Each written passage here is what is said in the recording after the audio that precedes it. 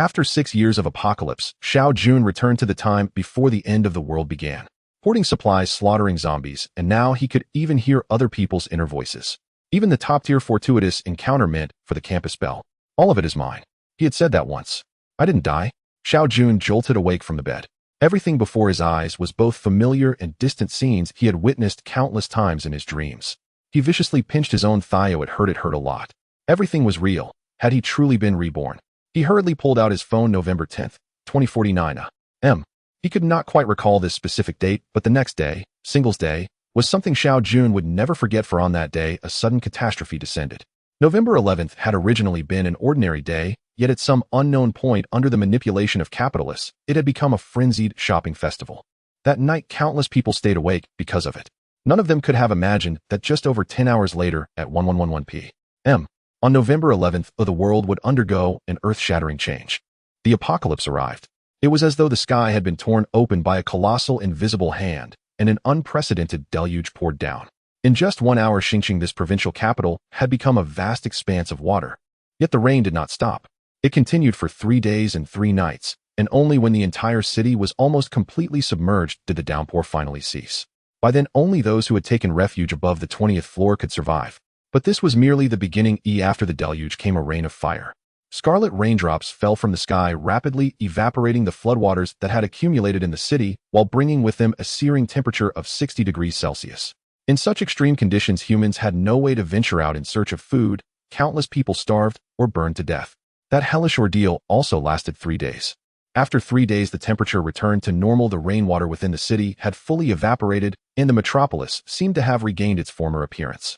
Those who had survived by sheer luck ventured outside in search of help, only to be met with endless hordes of zombies. In his previous life, Xiao Jun had been one of those lucky survivors. Because of his caution, he did not rush out immediately after the fire rain ended, and thus managed to live on. In the post-apocalyptic world, Xiao Jun clung to life for 6 long years. Yet during one mission outside, he was infected with corpse poison, and unwilling to become a zombie, he ultimately chose to end his own life. He could not let his thoughts spiral further. In just over 30 hours, the apocalypse would arrive. He had to act.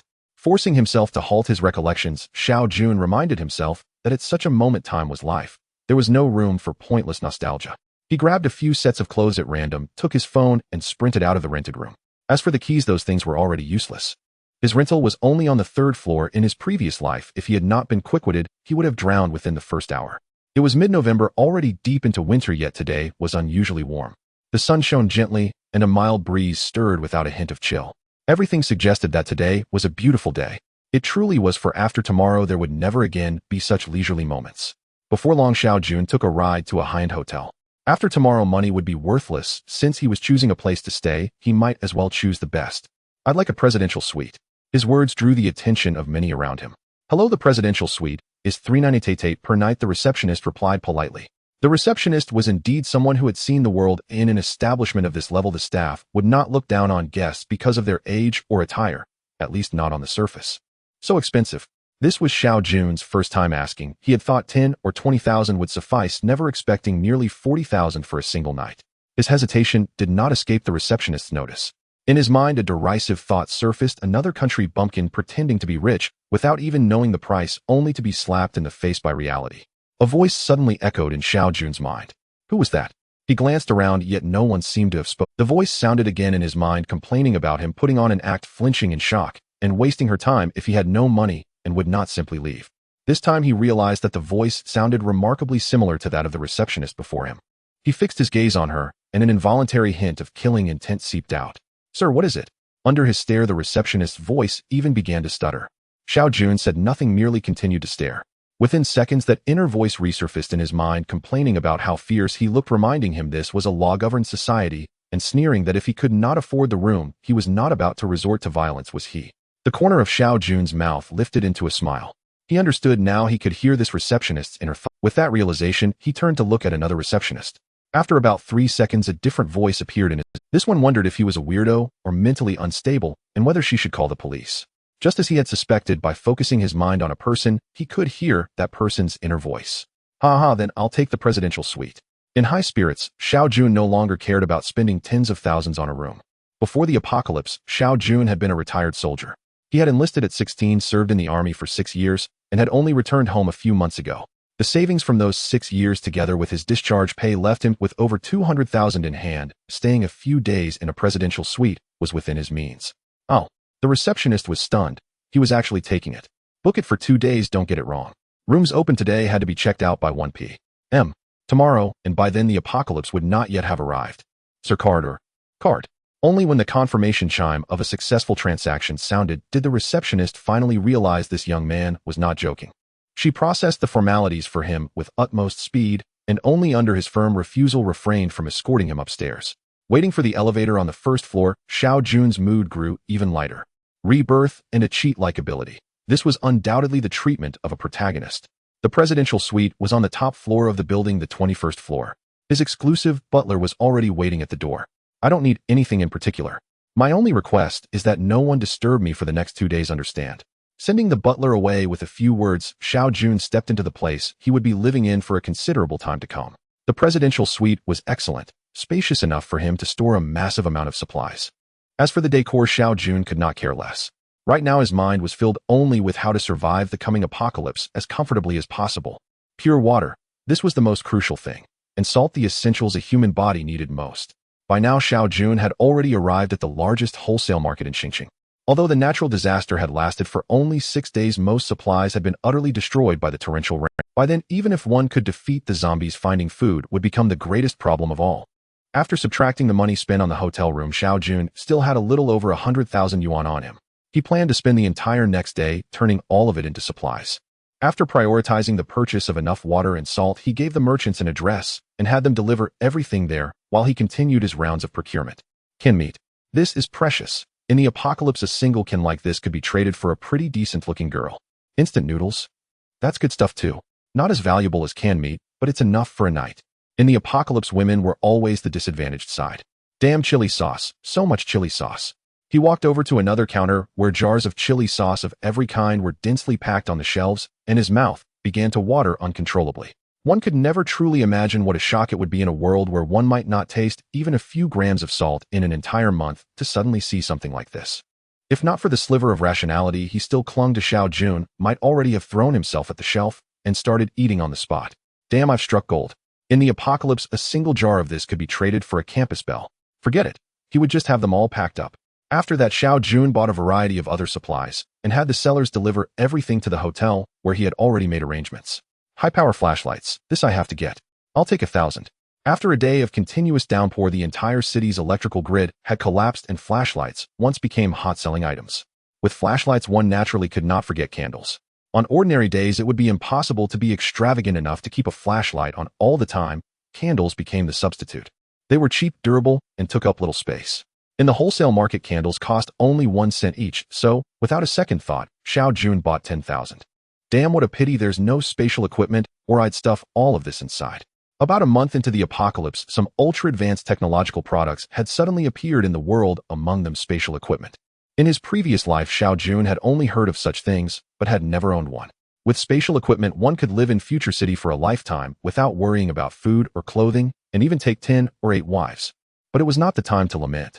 As long as he made thorough preparations, now relying on 6 years of experience in the apocalypse, he believed he could definitely reach such heights. Rice. Xiao Jun hesitated. Rice took up a lot of space and was difficult to store, and most importantly, it had to be cooked before it could be eaten. By tomorrow night, the power grid would collapse and all electrical appliances would become useless. Bringing rice back would be of little use in the short term. Thinking of this, Xiao Jun remembered another crucial thing: gas. Natural gas would certainly be unavailable. Only bottled gas would still be an option. In Xingqing, places that still used bottled gas were very rare, but Xiao Jun happened to know of one gas filling station. But rice he had to have. Xiao Jun had already worked out the solution: self-heating rice. Though more expensive, it was convenient, requiring only a little water to cook itself. Besides self-heating rice, he could also buy some self-heating hot pot to improve their meals. After a whole afternoon of hustling around the wholesale market, his money was almost spent, leaving just over 10,000 yuan to see what else he might need tomorrow. By then, Xiao Jun was feeling hungry. Since his rebirth, he had been too excited. He had not eaten all day. In the apocalypse, he had gone hungry for 3 or 4 days at a stretch, yet still had to maintain intense mental focus. But this was not the apocalypse, and he would not let himself go hungry. By the time Xiao Jun walked out of Haili Lao full and satisfied, the sky was already completely dark. Winter nights came early. After a moment of thought, Xiao Jun decided to return to the hotel first. Taking the private passage to the 21st floor of the presidential suite, he found the butler already waiting at the door. Upon seeing him, the man's face immediately blossomed into a smile. Mr. Xiao, you're finally back. I've arranged everything you requested. All the items have been placed in the living room. Is there anything else you need? Inwardly, the butler was cursing, treating the presidential suite like a corner shop. Was he planning to open a supermarket in there? Xiao Jun glanced at the manager with a faint, unreadable smile and did not bother to argue. After tomorrow, he might not even survive. There was no point in quibbling with someone who would be as good as dead. That will be all. You've worked hard. Over the next 2 days, I hope I won't be disturbed. The manager, all smiles on the surface, was cursing furiously inside. Xiao Jun had told him the same thing that morning, then had him haul in all these odds and ends. He was already wondering how the man would manage to clear everything out when he checked out. The manager's face was all smiles, his heart full of curses. Xiao Jun could not be bothered with him and shut the door directly. Lying on the luxurious bed, he still felt as though this were unreal. 6 years of inhuman existence seemed like nothing but a dream. Perhaps he thought this was the real dream. For the first time in 6 years, Xiao Jun fell asleep with his mind so relaxed. That night, he even dreamed. In the dream, he became the lord of Future City, commanding 3,000 mutated warriors under his banner. Even 7th-tier mutants were merely his subordinates. Countless beauties in the city were his to choose from, every woman eager to climb into his bed. When he opened his eyes again, Xiao Jun's mind was still foggy. As his vision adjusted to the light, he realized he was still lying on the bed of the presidential suite. So it truly was not a dream. With the experience of a reborn man and the cheat-like ability to hear others' inner voices, last night's dream could very well become reality. Steadying his emotions, he reminded himself that today was the last day before the end. At 1111 p.m., the torrential rain would arrive on schedule. An hour later, humanity would plunge into endless terror. After enjoying the hotel's luxurious buffet breakfast, Xiao Jun took a car straight to a place etched into his memory. If he was not mistaken, one could buy bottled gas there. He did not need too much gas. 2 cylinders would be enough to last him a very long time. After taking care of the gas, he headed to the vegetable market. He could buy some vegetables and fruit, but there was no need to buy too much. They could not be stored for long. Fresh meat could also be purchased in small amounts. After all, 3 days later, when the rain of fire descended, none of it could be preserved anyway. Next, he went to a chain supermarket, his final stop. There he purchased a full set of kitchenware, pressure cooker wok, and 2 boning knives.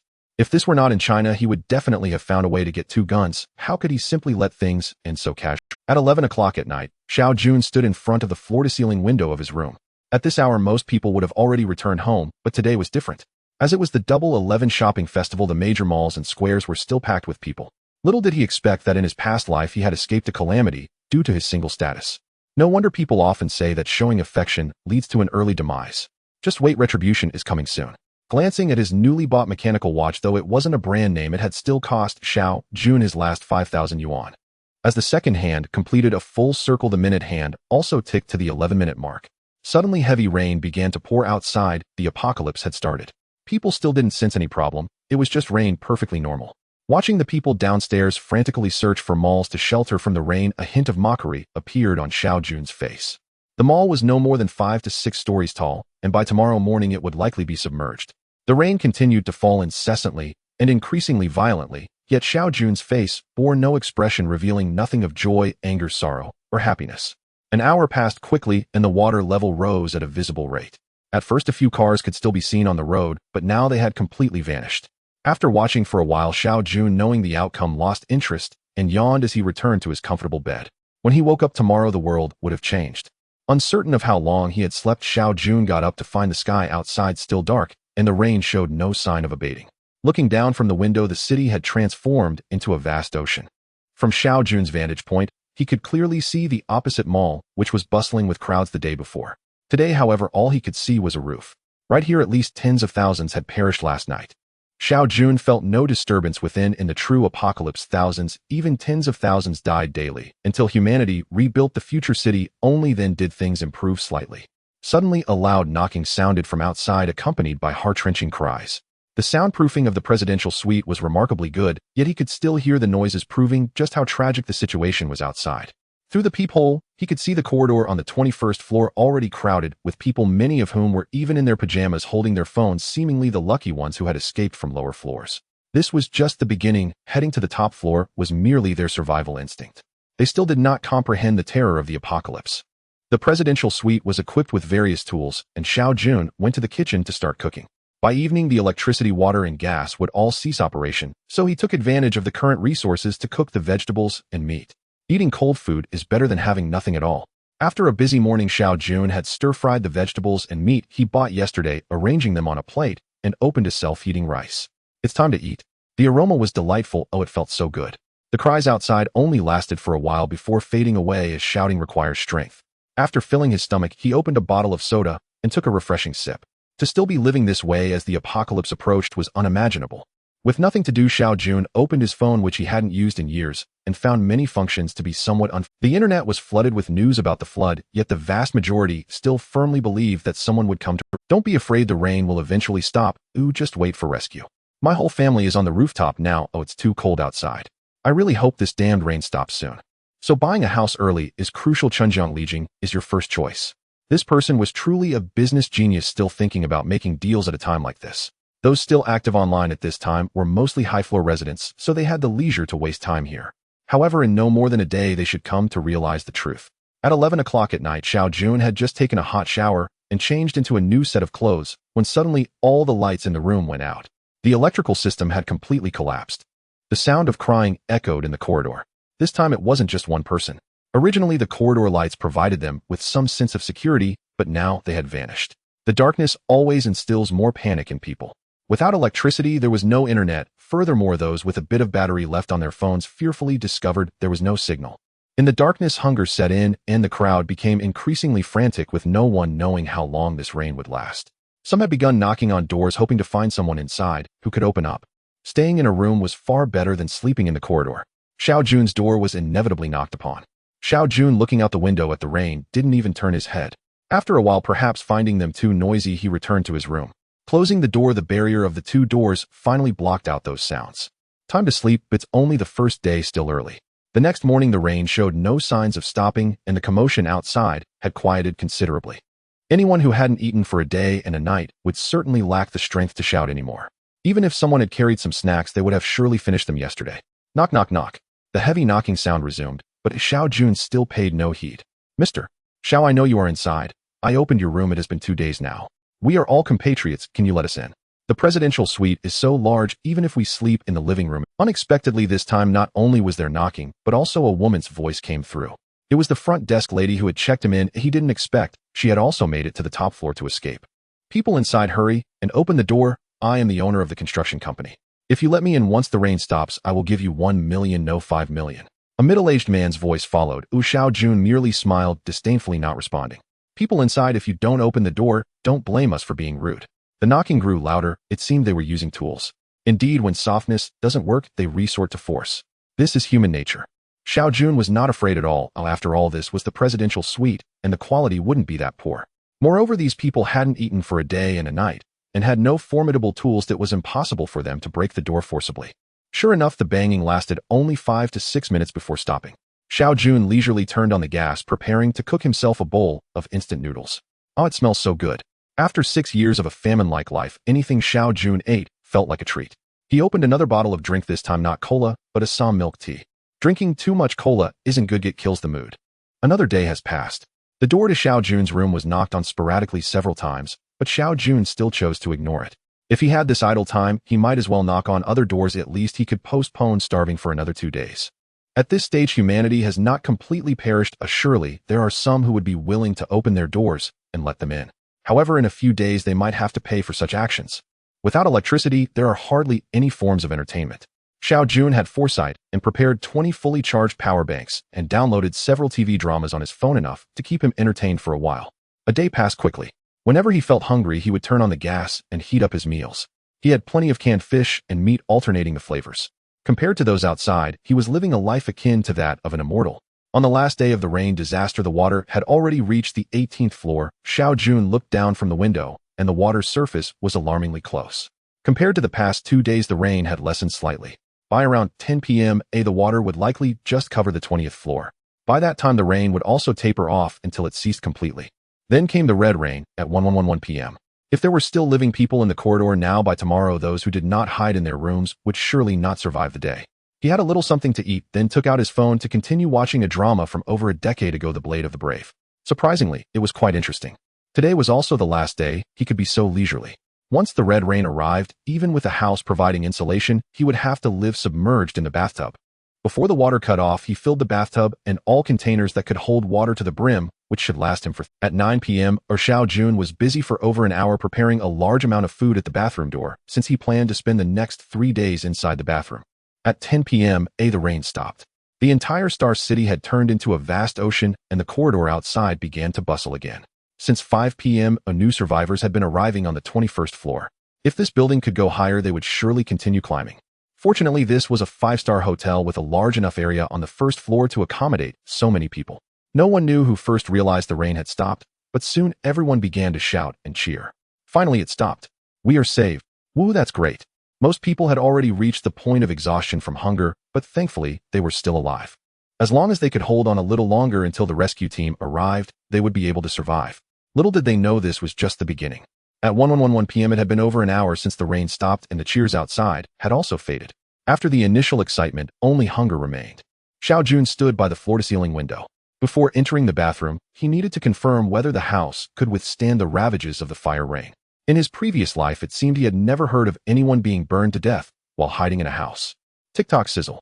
The first drop of red rain fell splashing on the water's surface, producing a boiling sound before vanishing. Compared to the vast ocean, a single drop of fire rain was nothing.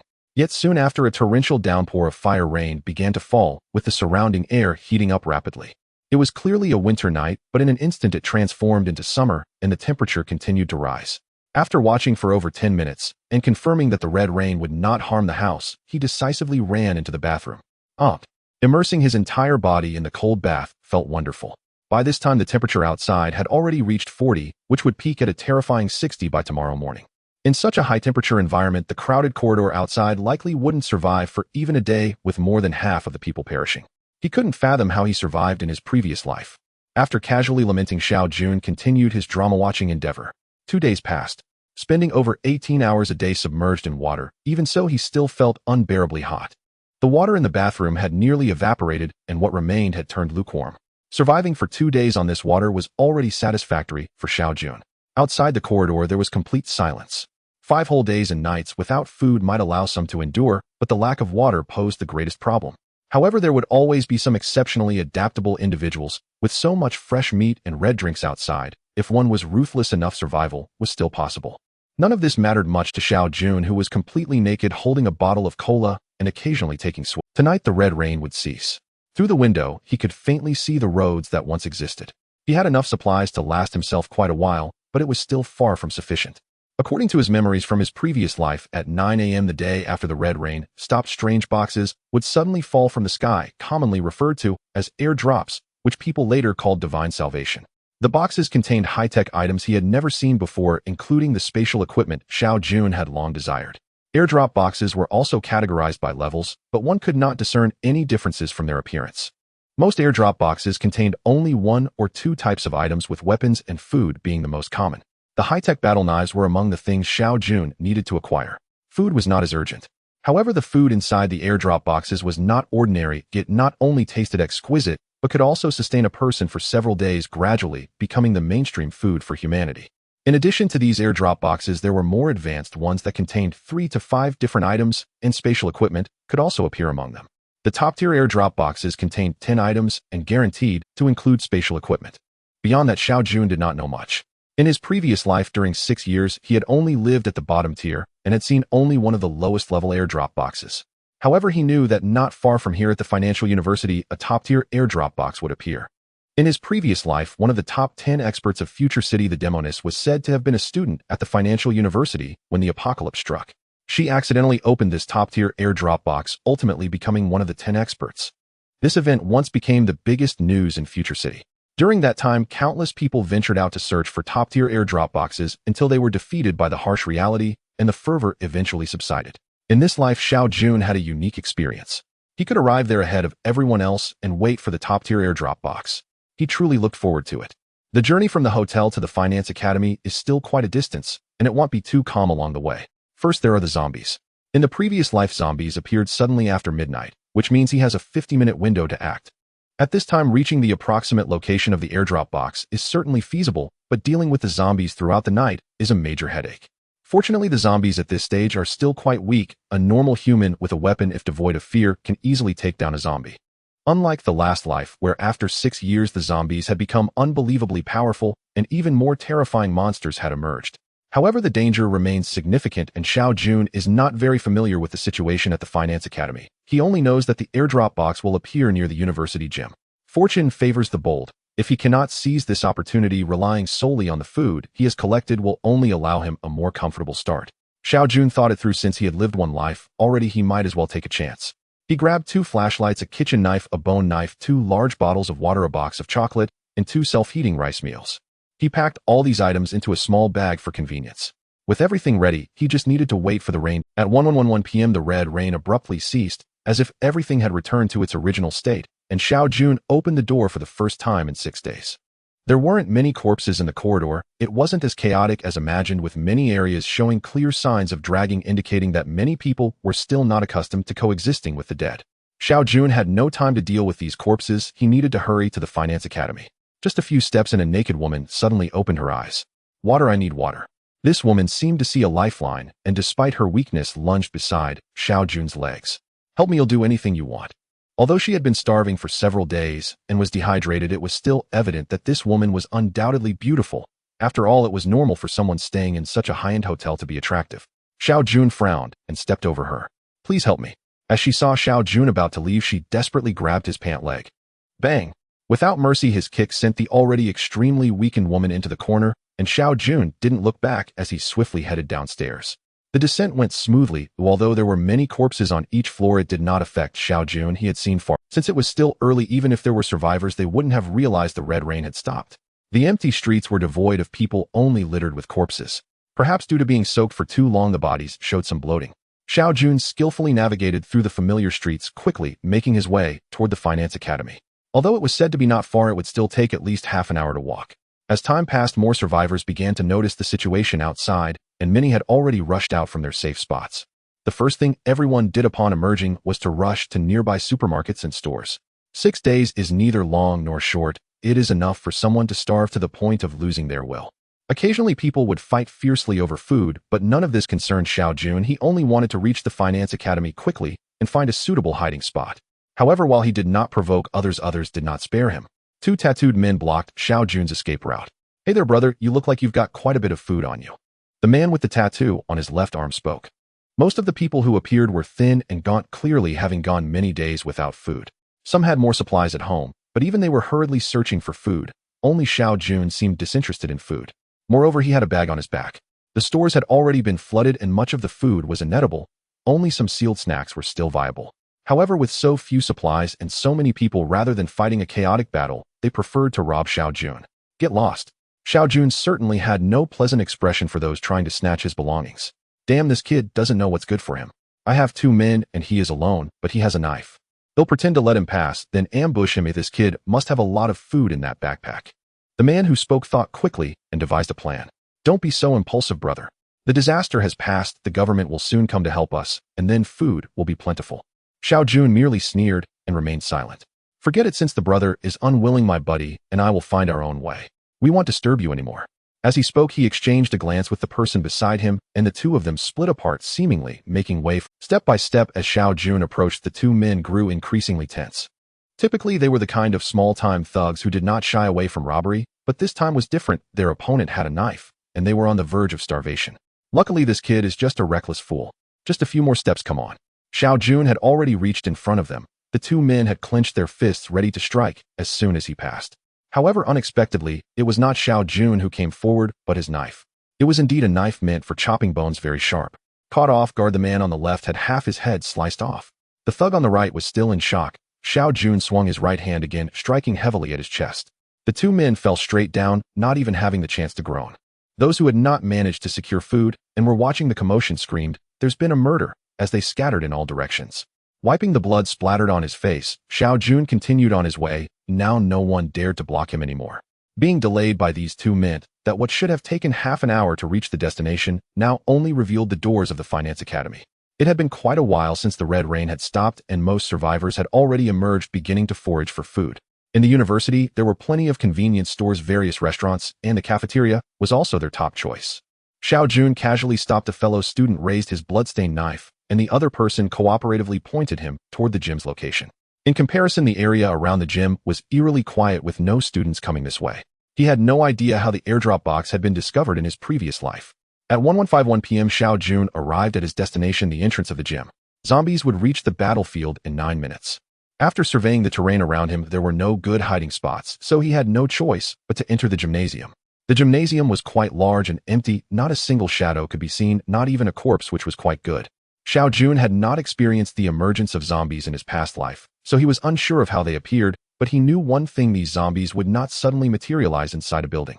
Thus, Xiao Jun went straight to the second floor of the gym, locking all the doors at the top of the stairs. Even if zombies appeared outside, they should not be able to come up. The second floor of the gym also had several competition areas and a few lounges. Xiao Jun found a lounge against the wall and locked the door behind him.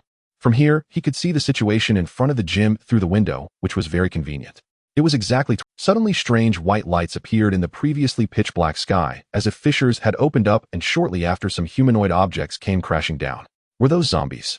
Xiao Jun's pupils constricted. He did not expect the initial zombies to come in such a manner. The entire process lasted for 10 minutes, and he did not know how many zombies were thrown into Star City. In front of the gym, many zombies had already landed on the ground. Xiao Jun discovered that before they hit the ground, they were enveloped in a transparent bubble, preventing them from dying upon impact.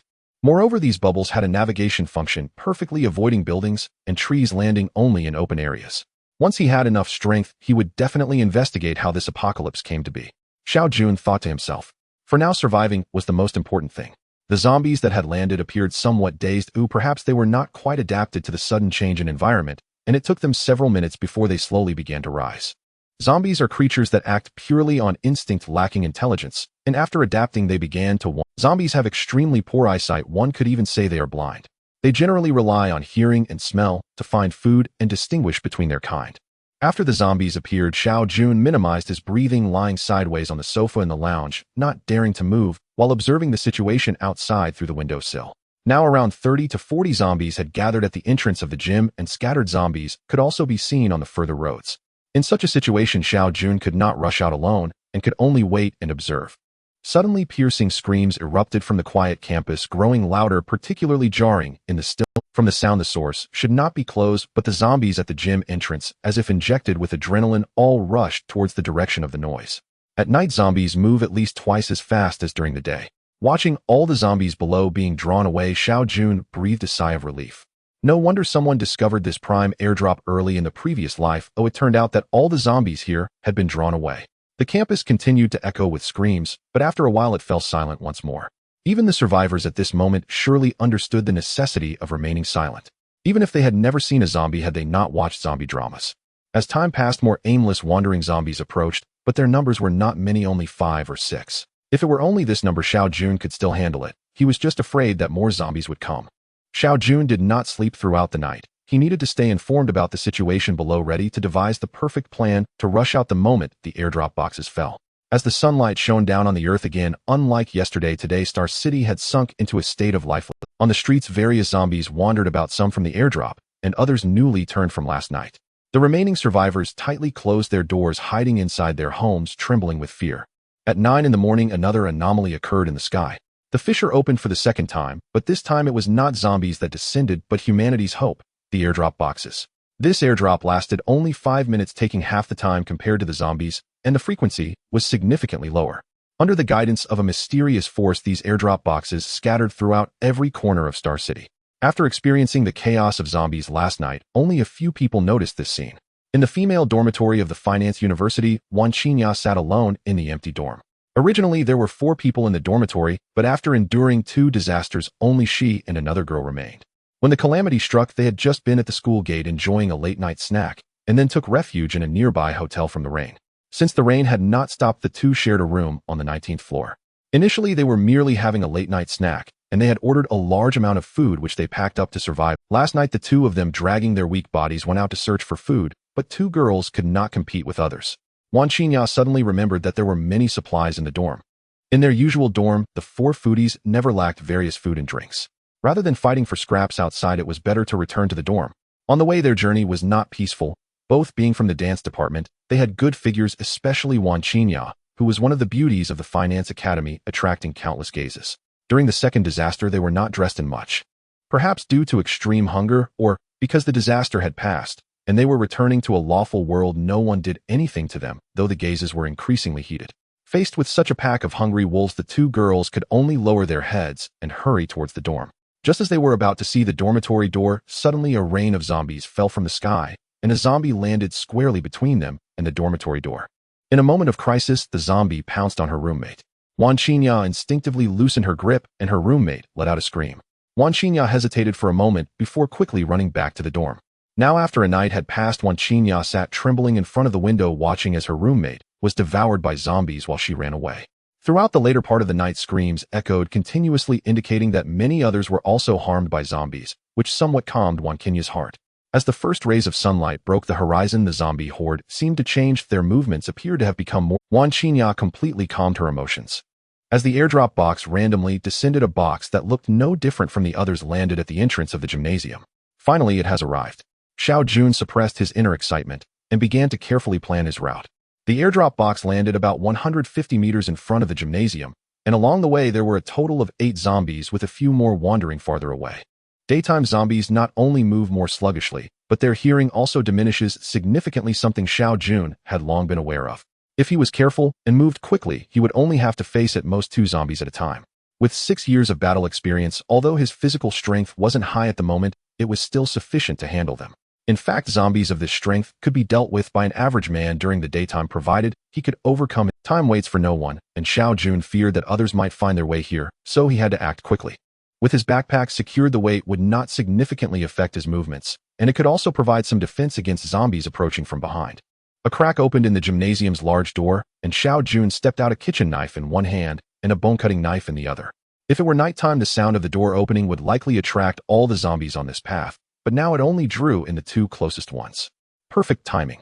Watching the 2 zombies rush toward him, Xiao Jun easily dodged, then swiftly brought down his knife, shattering one of their skulls. The other zombie had already reached Xiao Jun, extending its ghastly fingers. Without giving it a chance, he blocked its strike with his kitchen knife and countered with a blow that crushed its skull.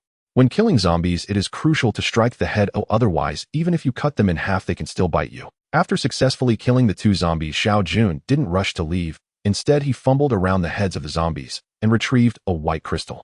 A level 1 mutated crystal. This thing is a treasure that can alter a person's genes and make them stronger. In his previous life, the strongest expert in Future City, who was also its lord, had reached the 7th tier of mutation, his physical prowess beyond imagination, along with a special ability related to flames, making him a killing machine.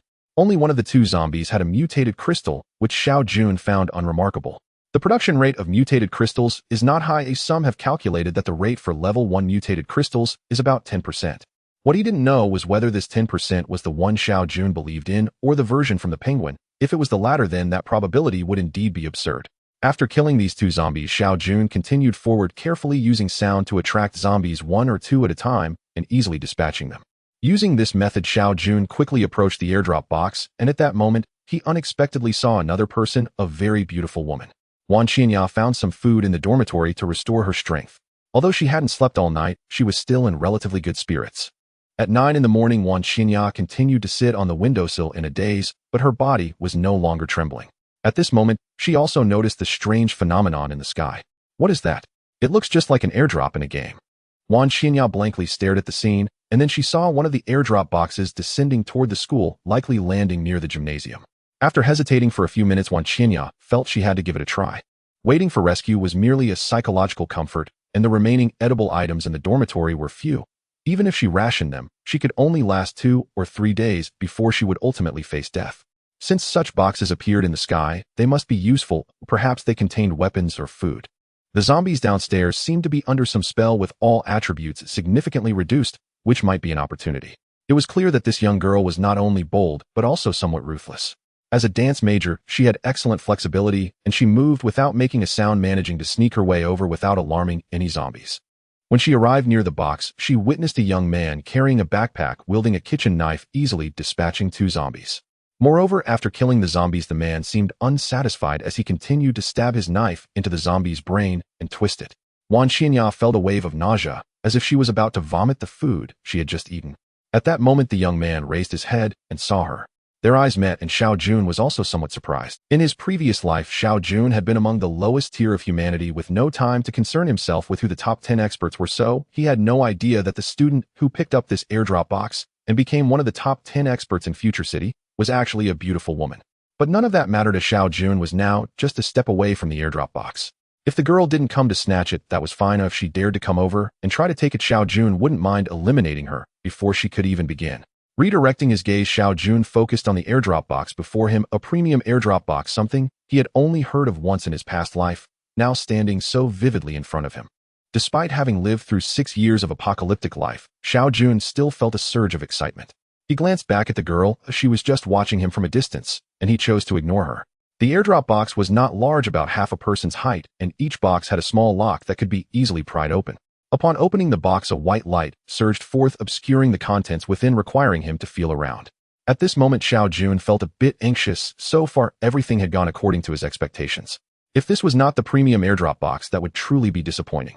The first item taken out was a high-tech steel knife, a product found in most airdrop boxes, giving humanity hope for survival. An ordinary knife, but it cuts through iron like mud. As he pulled it out, a description appeared in his mind. Xiao Jun had known this already, and there was no surprise. The white light still lingered, indicating there was a second item. After another round of feeling around, Xiao Jun pulled out a small box.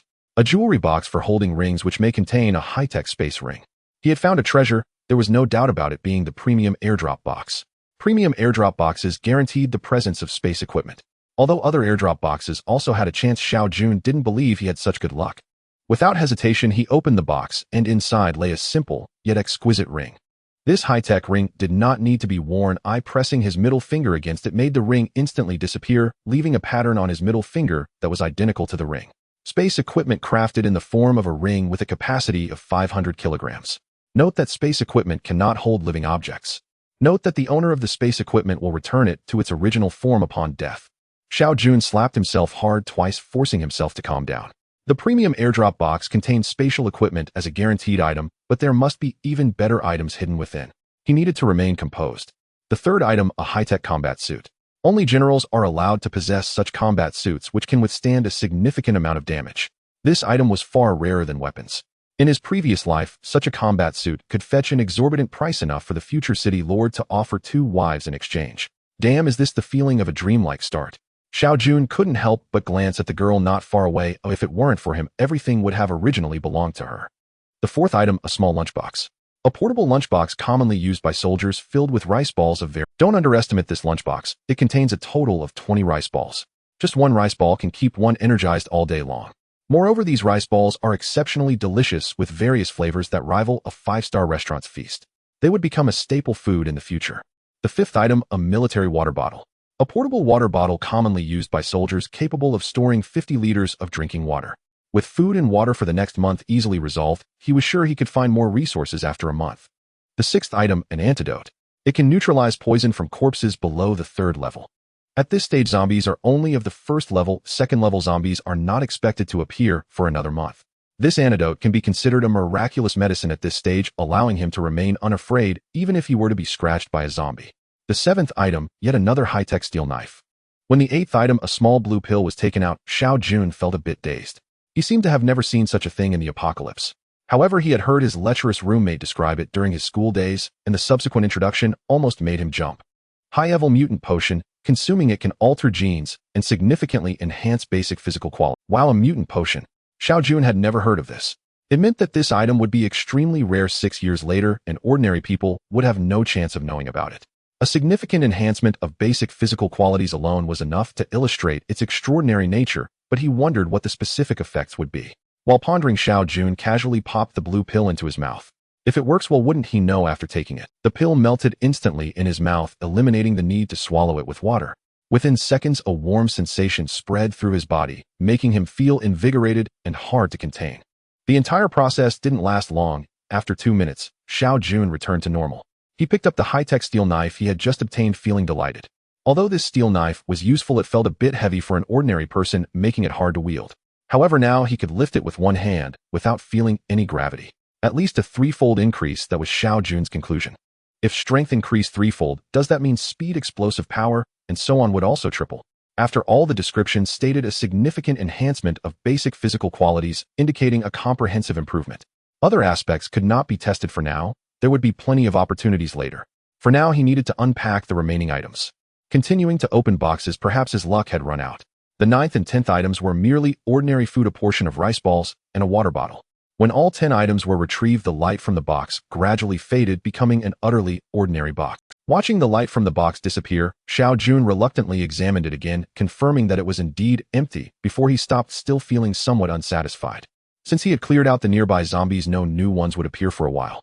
Xiao Jun began to organize his belongings. He first placed all items into his spatial ring, including his backpack, lunchbox, and water bottle. What remained were 2 steel knives and a set of high-tech combat gear. He directly donned the combat suit.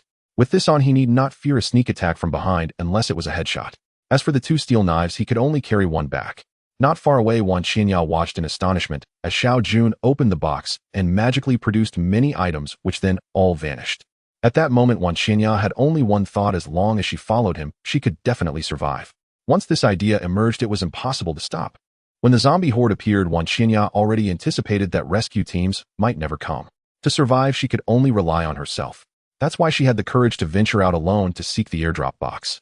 But now a better option lay before her. As long as she attached herself to this man, she could also live well. When the apocalypse descended, most men would muster the courage to fight, while the vast majority of women would rely more on men. This is the difference in gender. Seeing that Xiao Jun had not yet left, Wan Qianya finally gathered her courage and walked towards him. She was very confident in her figure and appearance. Previously, she was one of the top 10 beauties in the finance academy and also a dance major. This was her capital for survival. Seeing Wan Qianya approach, Xiao Jun instinctively picked up the steel knife. This woman was likely one of the top 10 experts in the future city from his previous life. But he quickly relaxed. His current strength was exceptionally formidable, and the other party was merely an ordinary girl. She couldn't pose any threat to him.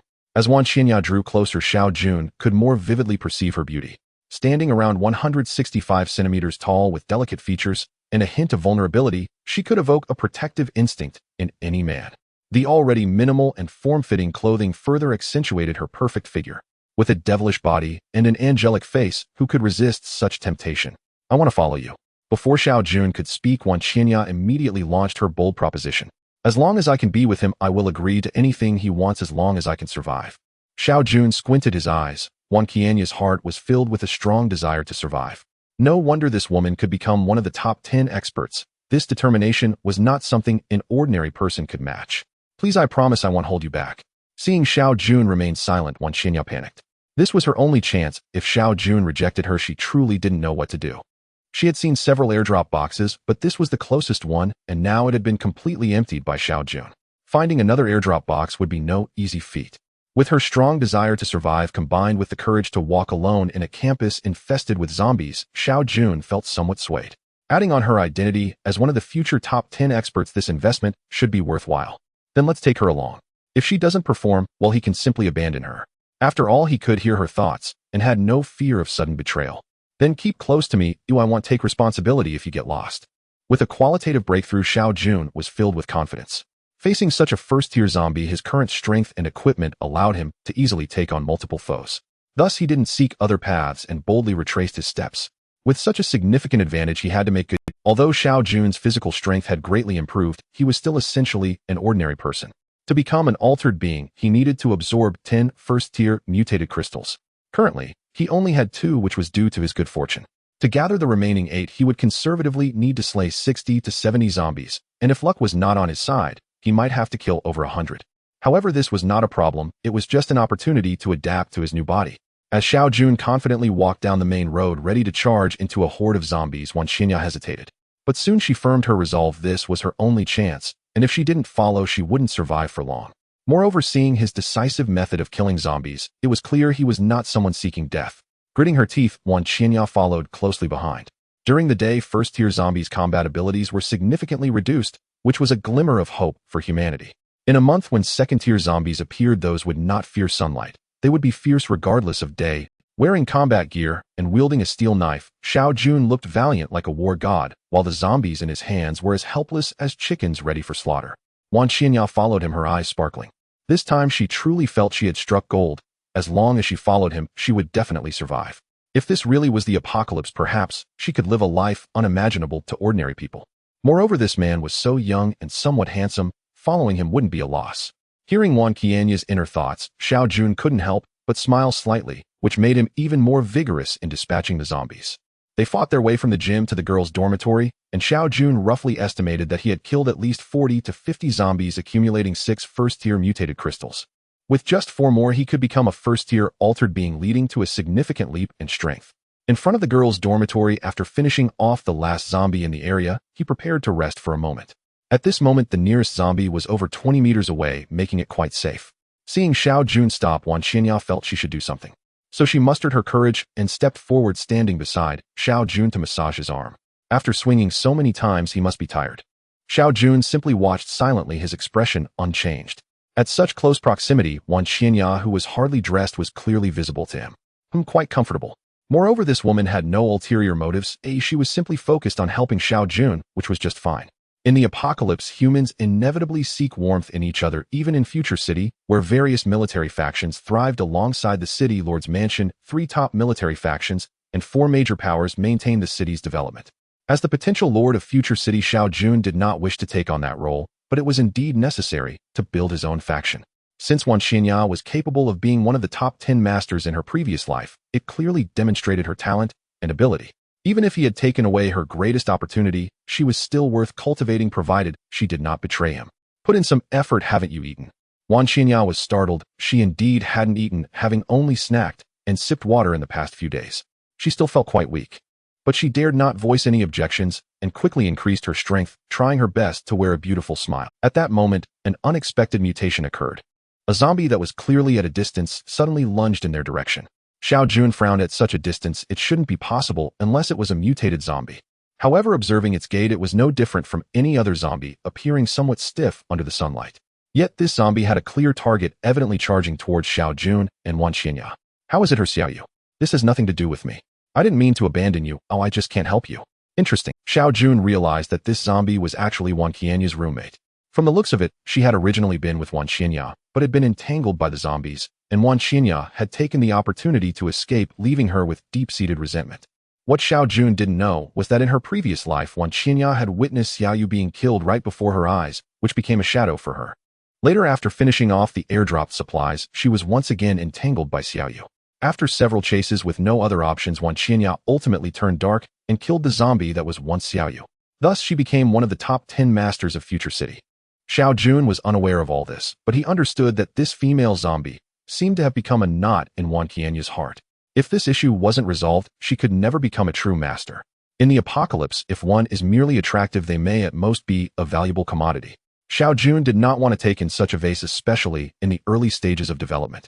Every day, countless people were killed by zombies. If she couldn't overcome this psychological hurdle, she was destined not to live long. Go kill this zombie, and then you can follow me. Xiao Jun took out the bone-cleaving knife from his spatial ring and handed it to Wan Qianya. Go confidently, I will support you. During the day, zombies have extremely poor combat ability, and this is just a female zombie. You can definitely do it. Having said this, Wan Qianya knew Xiao Jun had made his decision. She had initially promised not to hold him back, and now was indeed the time to prove her strength. But why was it at this moment? Why was it her? Wan Qianya might hesitate, but the already transformed Xiaoyu would not. Xiao Jun swiftly dodged, but Xiaoyu completely ignored him, lunging straight for Wan Qianya, filled with resentment. No. Wan Qianya shouted, her hand gripping the bone-cleaving knife, trembling slightly, ultimately choosing to evade. Xiaoyu, having missed, was naturally unwilling to relent and turned to lunge at Wan Qianya again.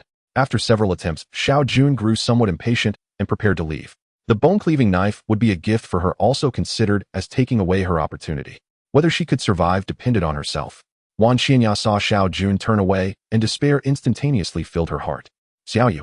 Another heart-wrenching cry rang out as the female zombie's head was heavily cleaved off by the bone-cleaving knife, instantly severing more than half of it. Xiao Jun halted his steps, and Wan Qianya could no longer hold onto the bone-cleaving knife, collapsing onto the ground next to Xiaoyu's corpse. The girl, who had been strong since the onset of the apocalypse, finally broke down in tears. Xiao Jun continued to slay zombies in front, while Wan Qianya silently followed behind, but this time, she held a bone-cutting knife in her hand. In the apocalypse, one can possess conscience and principles, but excessive kindness is not allowed. If Wan Qianya cannot overcome this hurdle, Xiao Jun would not hesitate to abandon her. Just now Xiao Yu generously gave Xiao Jun a first-tier mutated crystal, and now he had a total of 7. If he acquired 3 more, he could become a true first-tier mutant. At this stage, even if someone dared to kill zombies, it was impossible for them to discover the secret of the mutated crystals so quickly. Xiao Jun's goal was to stay ahead of everyone. In the apocalypse, you never know what kind of crisis you will encounter, but one thing is certain: you don't need to be strong, but you must be stronger than the weakest one. Only then do you have a chance to survive. Another wave of zombies emerged, and Xiao Jun effortlessly dispatched them as if chopping vegetables. Just as only 2 remained, Wan Qianya suddenly lunged forward as if driven mad. Kill, kill, kill, wipe out all the zombies.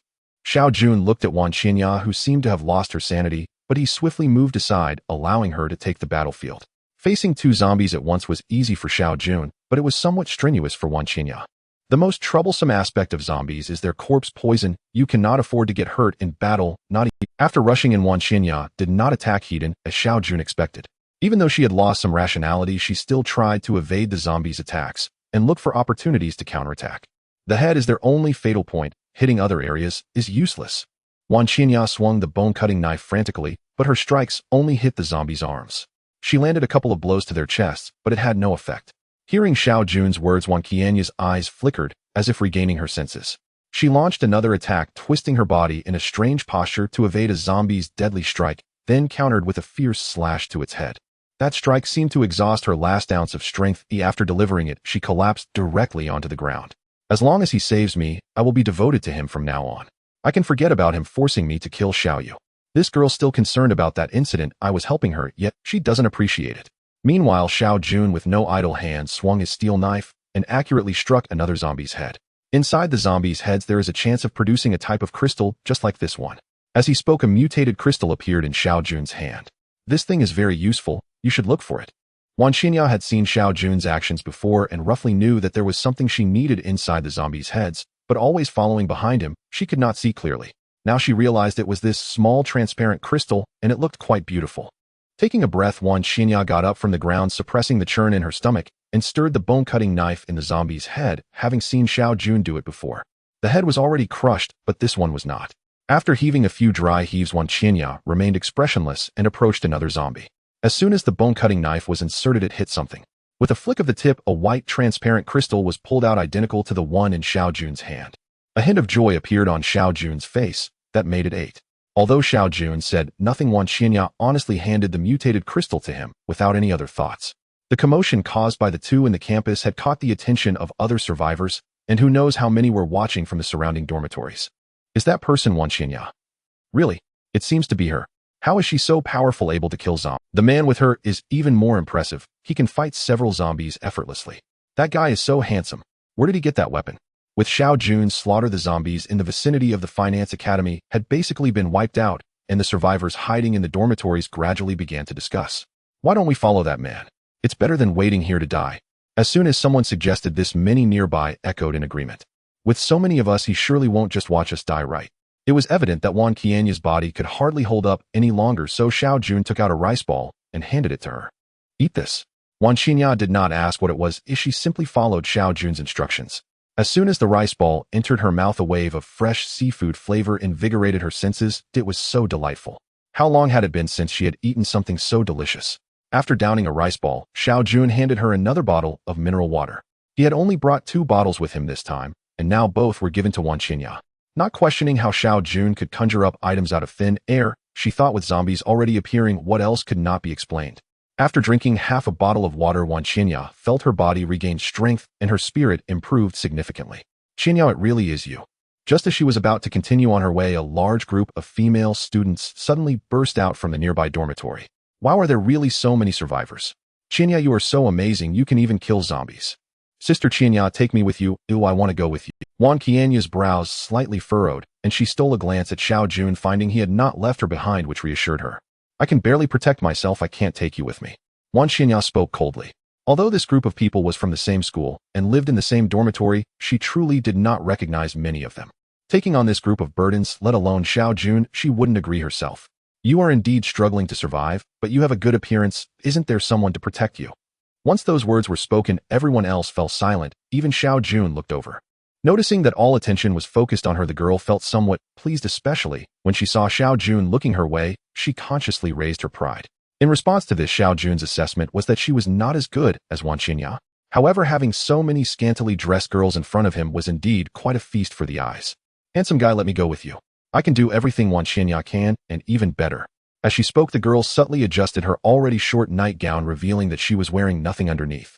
This girl named Li Li was also one of the top 10 beauties of the Finance Academy. Although she ranked below Wan Qinya, she was indeed a rare beauty. Damn bitch, hitting on my man right in front of me. He shouldn't be tempted, right? Wan Qinya felt a bit uncertain. Although she was very beautiful, Li Li was no slouch either, and she was quite well known in her school. Plus, she was quite flirtatious. When this girl had finished her performance, Xiao Jun glanced at his watch. It was already 11 o'clock, and he had to hurry back to the hotel for lunch. Wan Qinya, have you finished reminiscing? It's time to go. Hey, do you have no humanity? We are all human. Why don't you save us just because Wan Qinya is pretty? Hearing Xiao Jun's words, Li Li exploded with anger. Usually, all the boys treated her with utmost respect. In her eyes, all men were just sycophants who had to cater to her. Now, having already compromised, he actually dared to ignore her. A cold gaze shot over, exuding palpable killing intent, making her shiver involuntarily. The words she had prepared to say next were stuck in her throat and could not be uttered. Let's go. Xiao Jun turned and left with the steel knife in hand. Wan Qinya felt very happy and did not hide her joy, smiling proudly as she walked away from them. Everyone exchanged glances, but no one had the courage to follow. Just one more. The two had successfully reached the school gate, and they had obtained 9 mutated crystals. The earlier group of girls was merely a minor distraction of no concern to them, just the impotent rage of the weak. Killing these 10 or so at the entrance should be enough. Then we can avoid the zombies and accelerate our return. We definitely need to go back to the hotel. There's a large supply of food prepared by Xiao Jun. Don't think that having a lunchbox and a water bottle will ensure our survival. If luck isn't on our side and we can't find any good supply drops later, we might run out of food. Moreover, there are only 2 of them now. The existing food and water would last at most 20 days. Most importantly, when night falls, the zombies will become significantly stronger, so it's safer to stay hidden in the hotel. Under Xiao Jun's full firepower, the dozen zombies were eliminated in just a few minutes, and Wan Qinya rushed in to start looting the rewards. Got it. She hit the jackpot on her first try. This girl really had good luck. Bringing her along was definitely the right choice.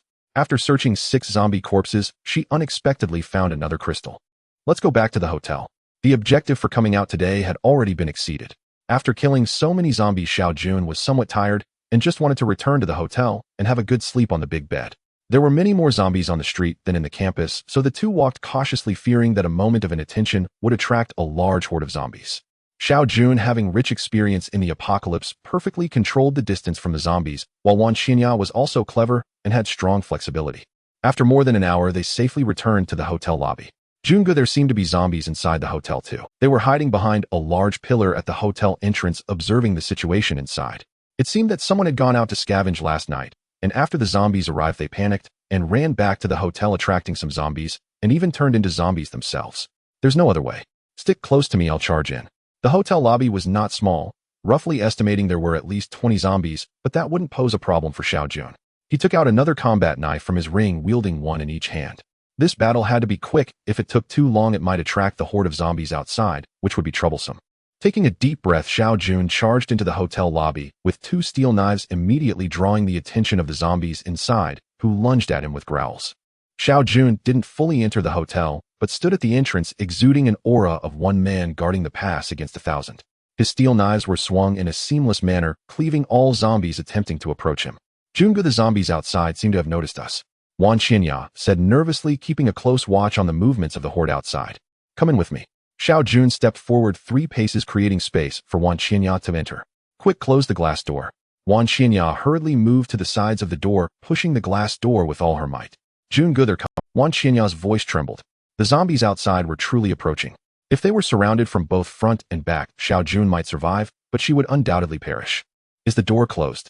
It's closed. Despite her fear, Wan Qinya still earnestly completed the task Xiao Jun had given her. Hold the door quickly.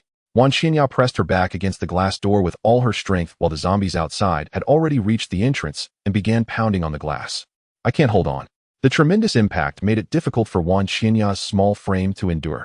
At that moment, a suffocating sensation washed over her as Xiao Jun pressed his back tightly against her front.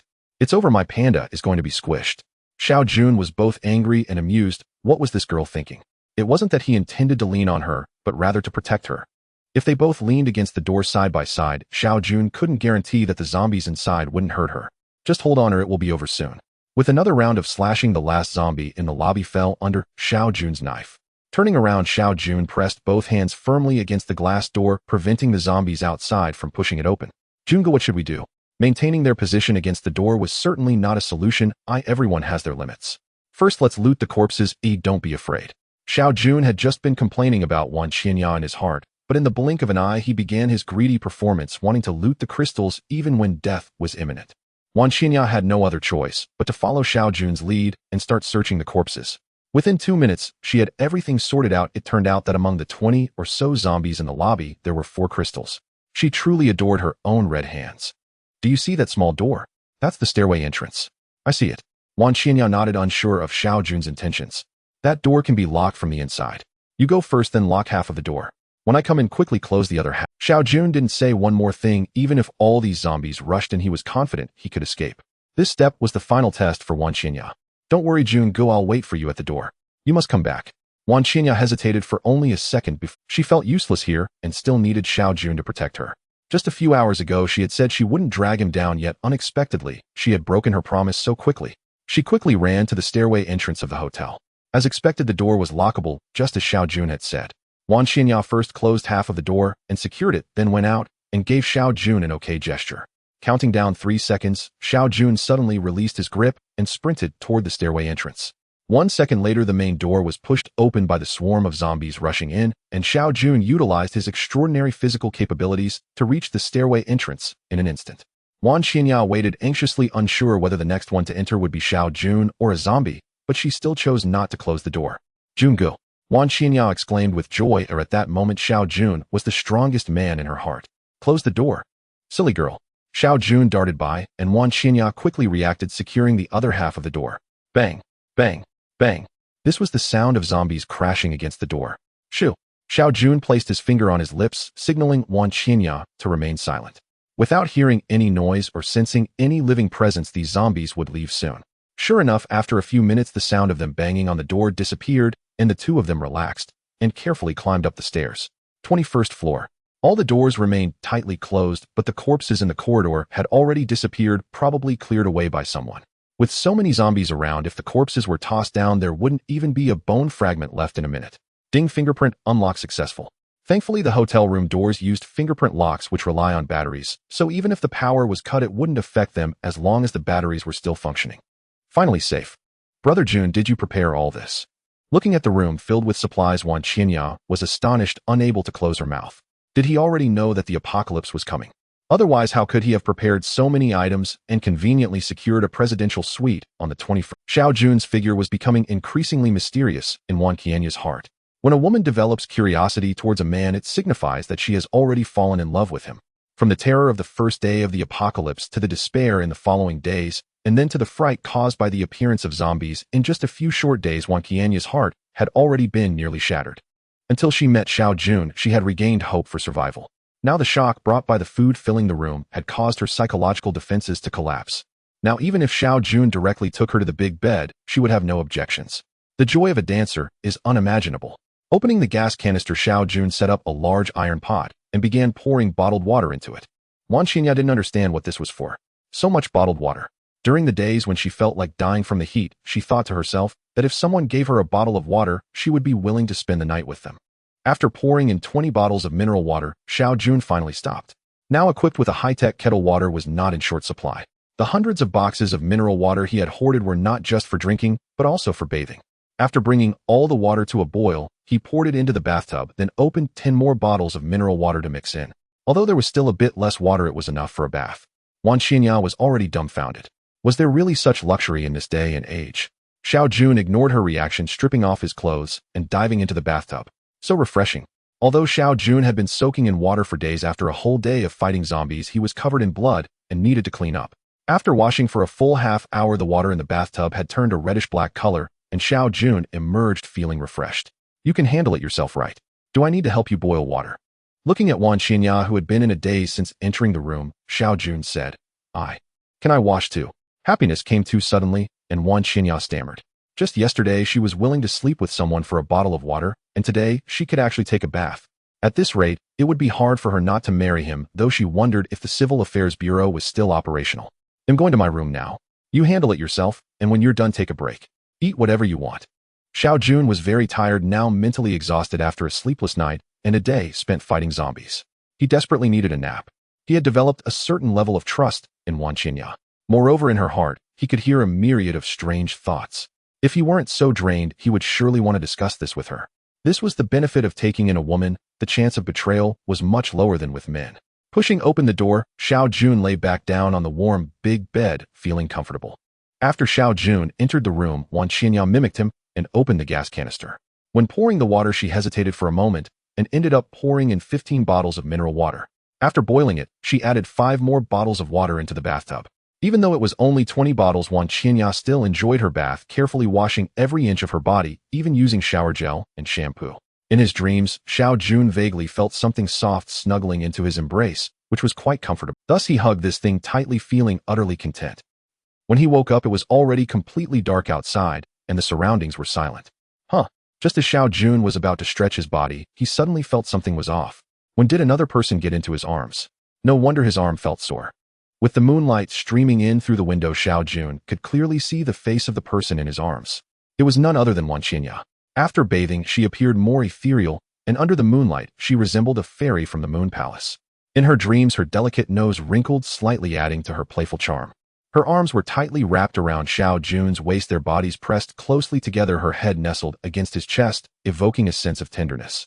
The blanket was slightly lifted at one corner, revealing that this girl was actually not wearing any clothes.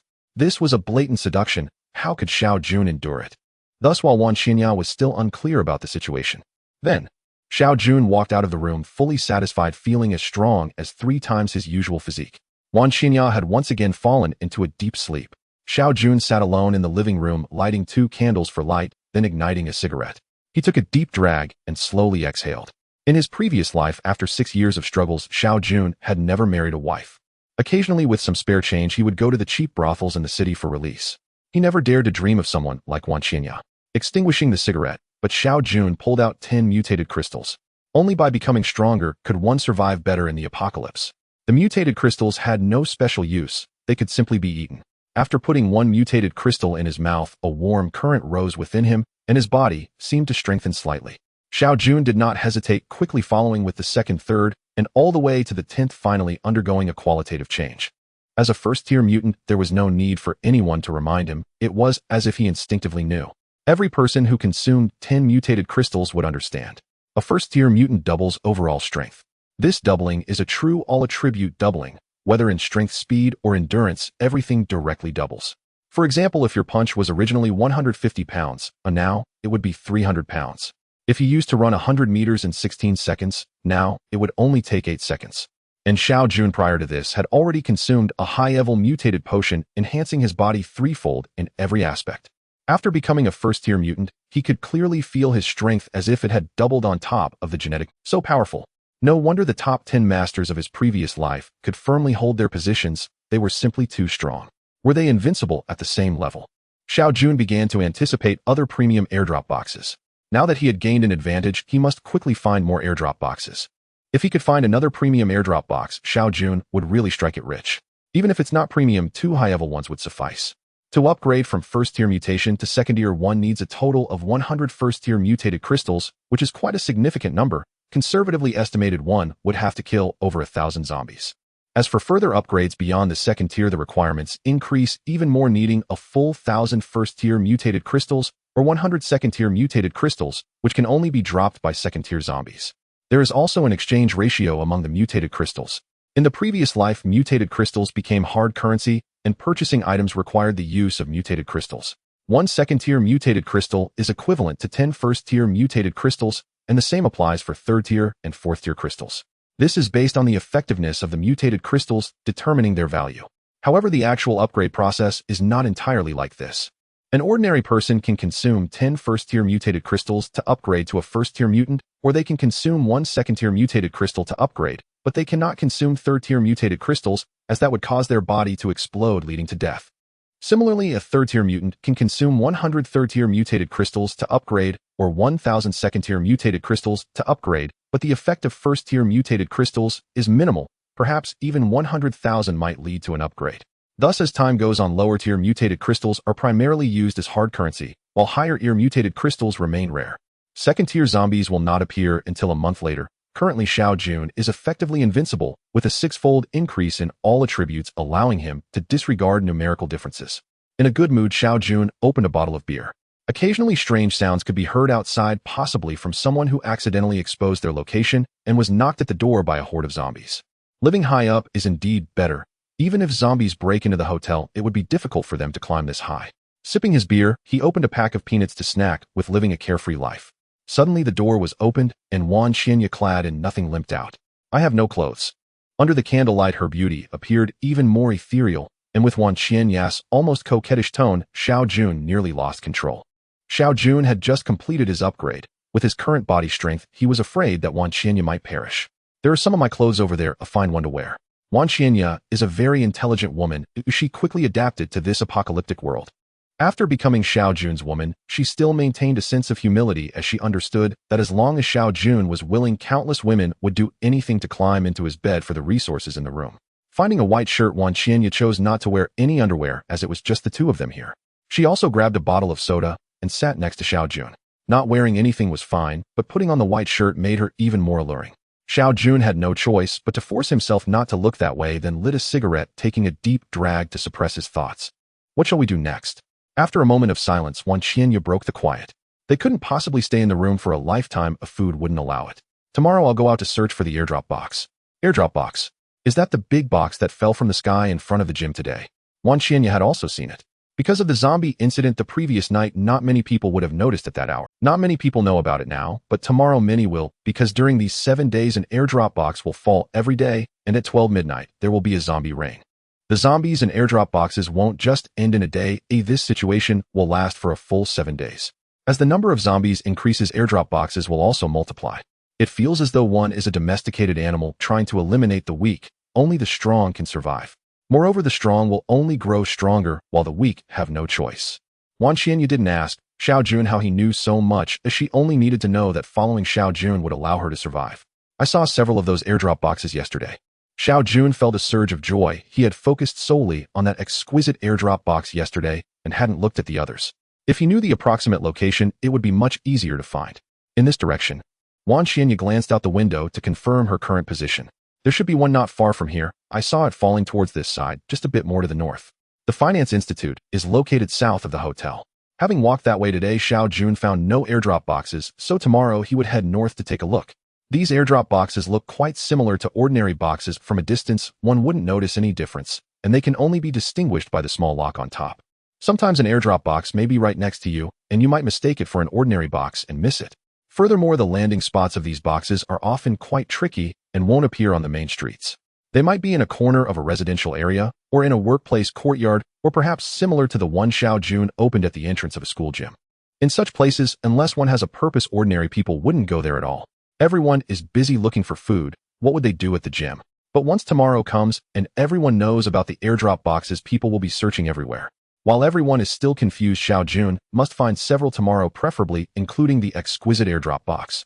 Although he knows this hope is quite slim, it doesn't hurt to dream a little. "Tomorrow you stay at the hotel to rest, and I will go out by myself." Taking Wan Qianya along would only hold him back. It is more convenient to go out alone. Wan Qianya nodded. "He'll take some of this food, keep an eye on the rest, and don't let anyone in." Xiao Jun thought for a moment, and then took away some of the food, especially items with a short shelf life. Anything placed in spatial equipment would forever retain its original state, avoiding expiration due to prolonged storage. In front of Wan Qianya, Xiao Jun took away most of the canned food, then some water and salt. 500 kilograms is still too small. He must leave some space for other items. If he encounters a mall tomorrow, he can take a look inside. Malls have their own storerooms, and from his experience in the previous life, such places are generally sealed and wouldn't suffer too severe water damage.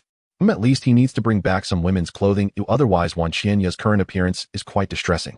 This is the most comfortable night Wan Qianya has had in recent days. Not only is the bed spacious and the blanket warm, but the person holding her provides a great sense of security. 8 o'clock in the morning. Going out so early. There will be a second airdrop at 9 o'clock. It's best to find a few before that, and then assess the situation for today. Gently helping Xiao Jun put on his clothes, Wan Qianya resembled a small wife seeing her husband off. "I won't need the bone knife or the kitchen knife, so keep them. Protect yourself well in case of any trouble. And take these 5 mutated crystals now."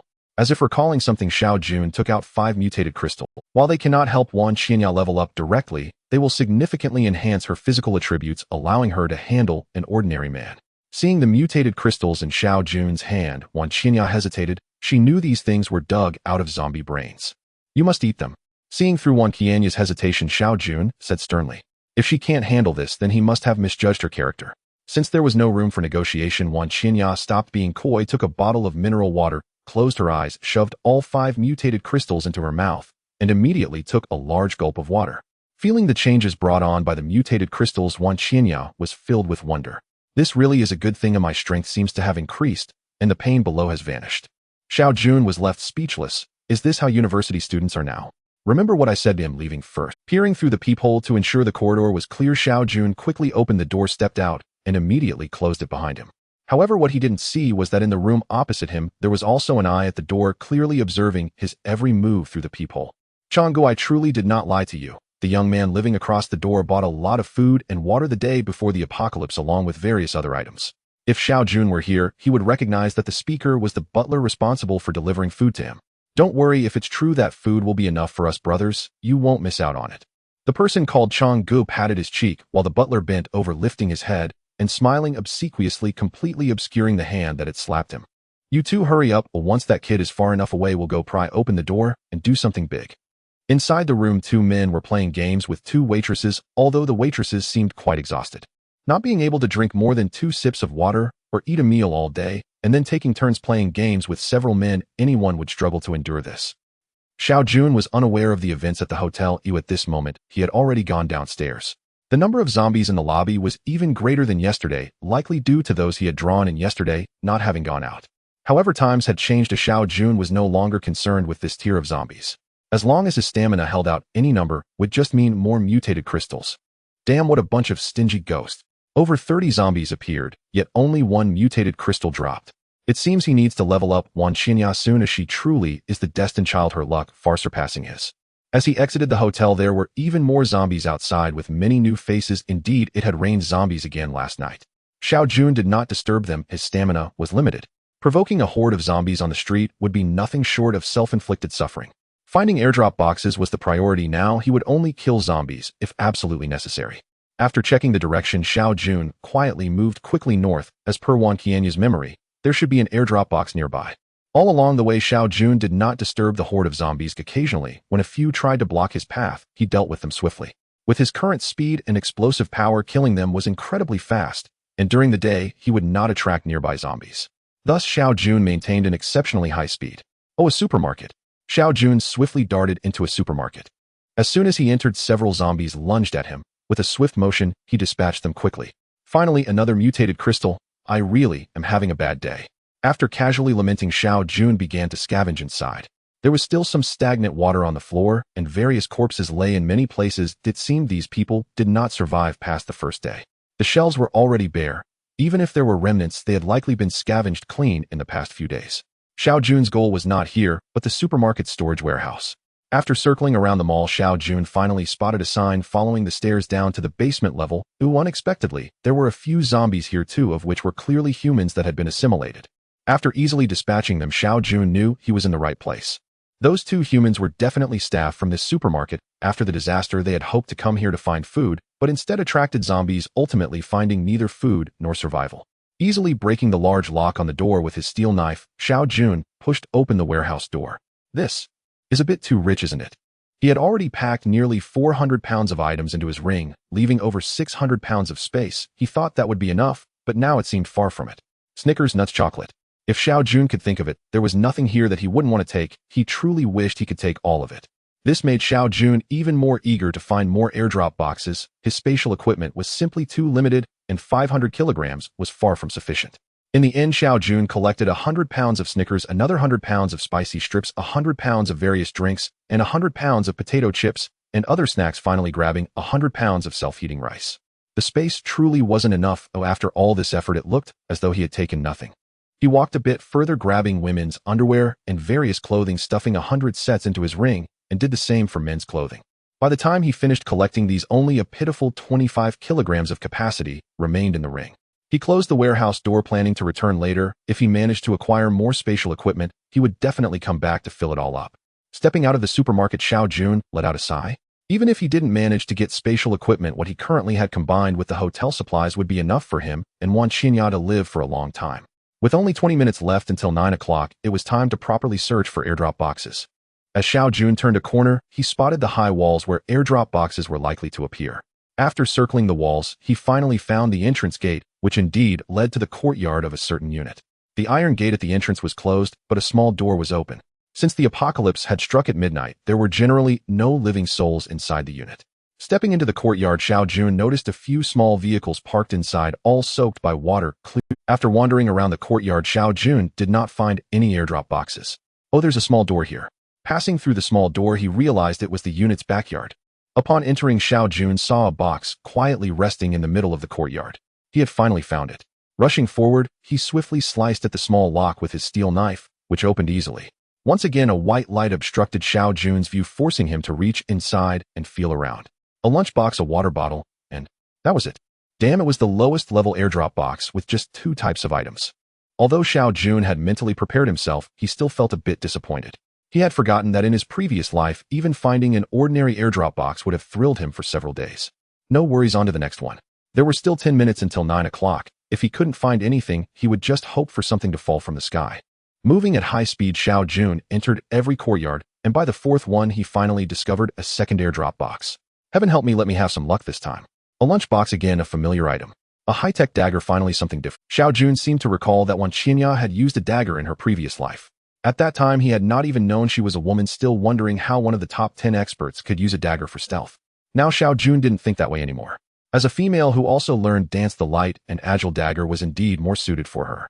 He was also grateful it was a dagger weighing only about 10 pounds. If it had been a steel knife, he wouldn't have been able to carry it, as a steel knife weighed a full 60 pounds. After feeling around for the 2 items, the white light surprisingly had not disappeared, instantly revitalizing Xiao Jun. This pure African man had actually struck luck this time. He just didn't know whether this was a premium airdrop box or a high-level one. A premium airdrop box. Xiao Jun was indeed overthinking it. He really didn't have that kind of luck. But this time, perhaps the goddess of fortune was truly favoring him, as the 3rd item turned out to be a piece of spatial equipment, a jade pendant. Spatial equipment comes in different shapes and indicates different capacities. Rings are the smallest, holding at least 500 kilograms, while jade pendants can hold 1,000 kilograms. There are even larger ones, such as bracelets, which can hold up to 5,000 kilograms. In his previous life, Xiao Jun had even heard of the city lord of Future City possessing a spatial satchel said to have a capacity of 100,000 kilograms. This was also the largest capacity spatial equipment discovered by humanity in 6 years. Xiao Jun placed the jade pendant around his neck, and it instantly vanished, leaving a fine line on his neck, as if drawn onto his skin. With this jade pendant capable of holding 1,000 kilograms, Xiao Jun could carry even more items.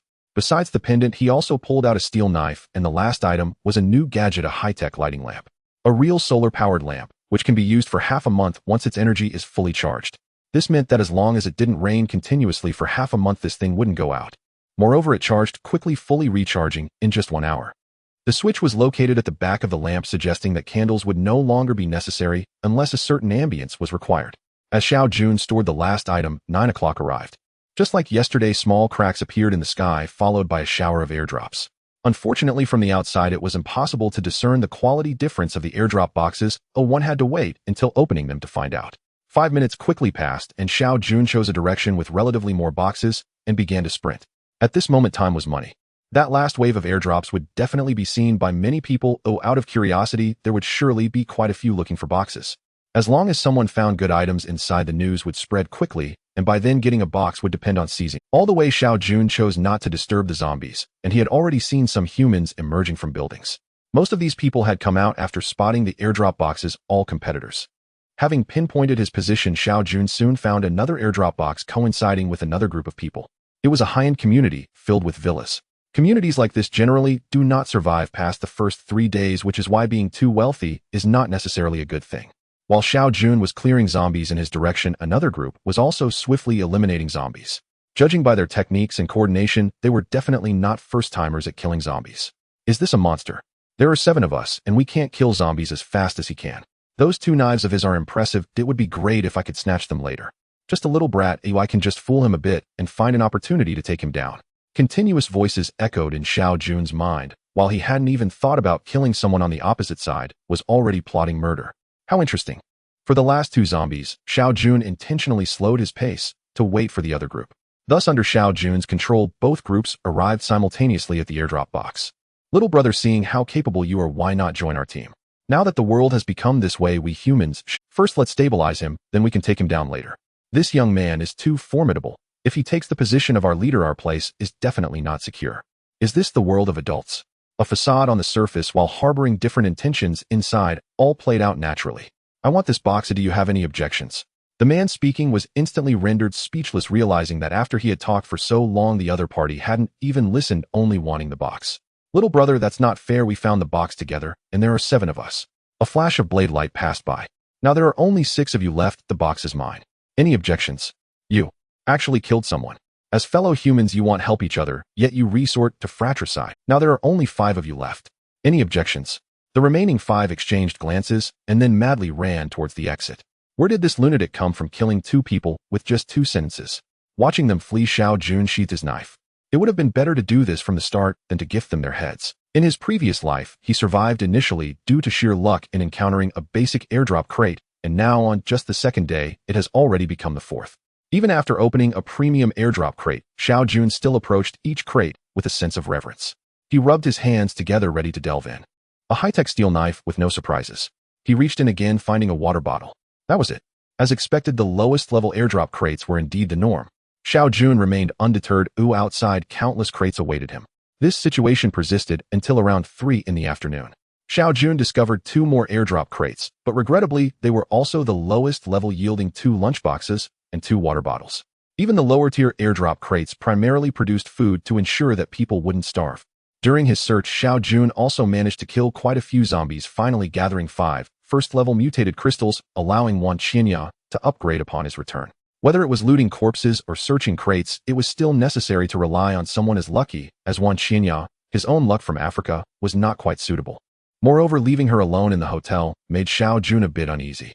In the early days of the apocalypse, the more beautiful the woman, the more likely she was to perish.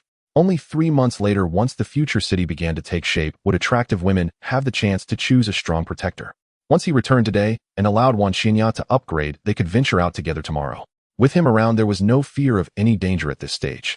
It was nearly 4 o'clock now. He needed to find one last crate. In winter, it got dark early, and he had to head back by 5 at the latest, otherwise come nightfall the zombies would become significantly stronger, and even he might not fare well. After randomly choosing a direction and walking for a while, Xiao Jun suddenly heard the sounds of human conversation, which seemed to be coming from a nearby courtyard. Xiao Jun stealthily approached the main gate, and as soon as he entered, he saw dozens of people.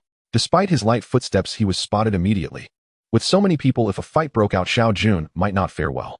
However, judging by their demeanor, they seemed to have formed several small groups, each wary of the others. Another little brother has arrived. How about joining us? One more person means more strength. While Xiao Jun hesitated, someone was already calling out to him. No thanks. I'm used to being alone. Xiao Jun rejected without hesitation. After speaking, he prepared to leave, but another person called out to him. Little brother, you seem capable. Have you come across any crates that fell from the sky? This was said by a member of another small group, a man with a full beard but a friendly demeanor that offered a contrast. Don't worry, let's exchange some information. The items in those crates are usually similar. If you have any extras, we can trade. His eyes were fixed on the 2 steel knives in Xiao Jun's hands. It turned out that the current probability of finding weapons in airdrop crates was quite low. He had been fortunate to open so many, including 1 premium airdrop crate and 1 high-level airdrop crate, which was why he had an abundance of weapons. Besides the 2 in his hands, he also had 1 steel knife and 1 dagger in his spatial gear. Little brother, how about I trade you this lunchbox for a knife? This lunchbox contained 20 rice balls, delicious and filling enough to satisfy one completely. But this bearded man was no saint. Thinking he could trade a lunchbox for a knife was unrealistic. The lunchbox only ensured that one wouldn't starve immediately. Weapons were the true foundation for becoming stronger. Little brother, don't listen to him. Trading weapons for food is never worth it. Why not trade with me? I have a dagger from the crates, incredibly sharp. A steel knife is too heavy and cumbersome, while this lightweight dagger is far superior. Another member from the 3rd group stepped forward. This time he appeared weak and scholarly, but his ability to represent a group spoke volumes about his capabilities. For instance, he was currently thinking, these 2 fools really think that someone who can walk here with 2 knives in hand is easy to deceive. Who would trade without offering something substantial? This proposal piqued Xiao Jun's interest. Although he had no use for the dagger when Qinya needed it. He already had one dagger, but needed another, and since he currently had 4 steel knives, trading one seemed more logical. Yet Xiao Jun maintained a calm facade, occasionally glancing at the dagger, appearing hesitant yet intrigued. This kid is indeed hard to fool. It's clear he's tempted but unwilling to trade. He has big ambitions. How about this, little brother? I won't let you suffer. 1 dagger plus 1 lunchbox in exchange for a knife. You little brat, next time I won't let you get away so easily. You'll regret it if we meet again. This is what it means to smile on the outside while cursing on the inside. Xiao Jun kept his expression neutral, feigning indecision. After 2 minutes, realizing it was unlikely to get a better offer, he finally nodded in agreement. Little brother, hand over the steel knife, and I'll give you the dagger and lunchbox. The scholar's eyes darted around, devising another plan. Come on, as long as you come over to my side, I'll signal my brothers to capture you. I don't believe the other 2 groups would start a fight over this. No need to just toss the items over, and I'll inspect them. If everything checks out, I'll toss the knife back to you. With so many of you, you wouldn't be afraid of me running away, right? It was impossible to walk over. Entering their encirclement meant that even if this cunning scholar didn't act, the other 2 groups would undoubtedly attack. Xiao Jun could hear their small schemes loud and clear. If the elder brother isn't willing, then I'll be on my way. Oh, it's getting dark, and if I don't leave now, it will be troublesome later. The scholar was already cursing Xiao Jun internally, but maintained a friendly demeanor. There was nothing he could do if Xiao Jun was unwilling. As Xiao Jun said, time was running short. Successfully trading for that knife would be sufficient. Having one more weapon would enhance their combat strength, and tomorrow they could search for more airdrop crates. Little 5, go check the items for this brother. It was certain they wouldn't hand anything directly to Xiao Jun. If they truly tossed something over, Xiao Jun would undoubtedly run. Outside was swarming with zombies who feared. The man called Little 5 took the dagger and lunchbox from the scholar's hand, carefully approaching Xiao Jun, while the other 2 groups merely watched. Opening the lunchbox, it was filled with 20 rice balls, no doubt about it. Knife, the scholar called from behind. Little 5 extended the dagger, while his other hand reached out to Xiao Jun.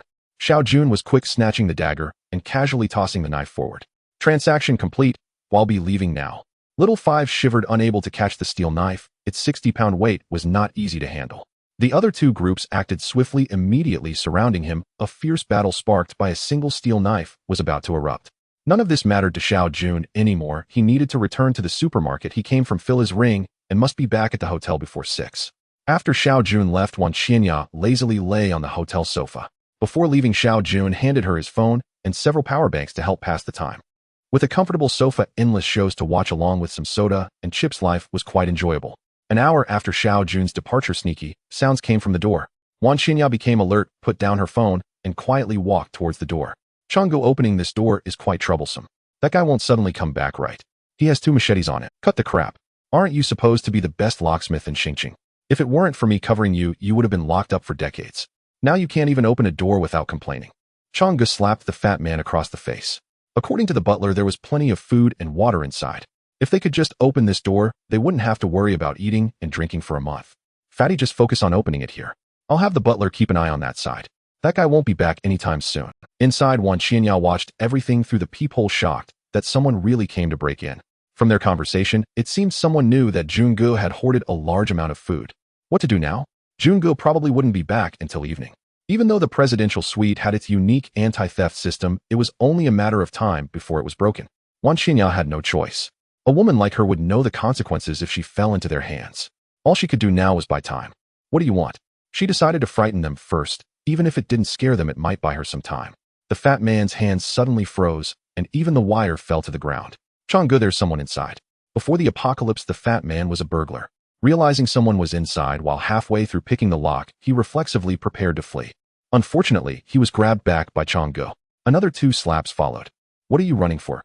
It's just a woman. As long as you open the door, she's yours. The fat man suddenly became interested. The 2 service staff inside were quite good-looking, but after several days he was already tired of them. Now he could have a fresh one, and he was full of energy. I tell you, my brother will be back soon. If you don't leave, you'll all die. Wan Qinya didn't give up and continued to verbally attack, disrupting the fat man's lockpicking progress. Little girl, your brother won't be back. Don't you see how many zombies are outside? Just open the door obediently, and we'll leave you a way out. Otherwise, once we open the door, you'll know what pleasure is. Wan Qinya fell silent. It seemed that the intimidation had no effect. Taking advantage of their continued efforts to pick the lock, Wan Qinya began to move things. Having eaten 5 first-level mutated crystals in the morning had greatly enhanced her physical strength, comparable to that of an adult man. First, she moved a cabinet to block the door. That wasn't enough, as she needed to move the sofa as well.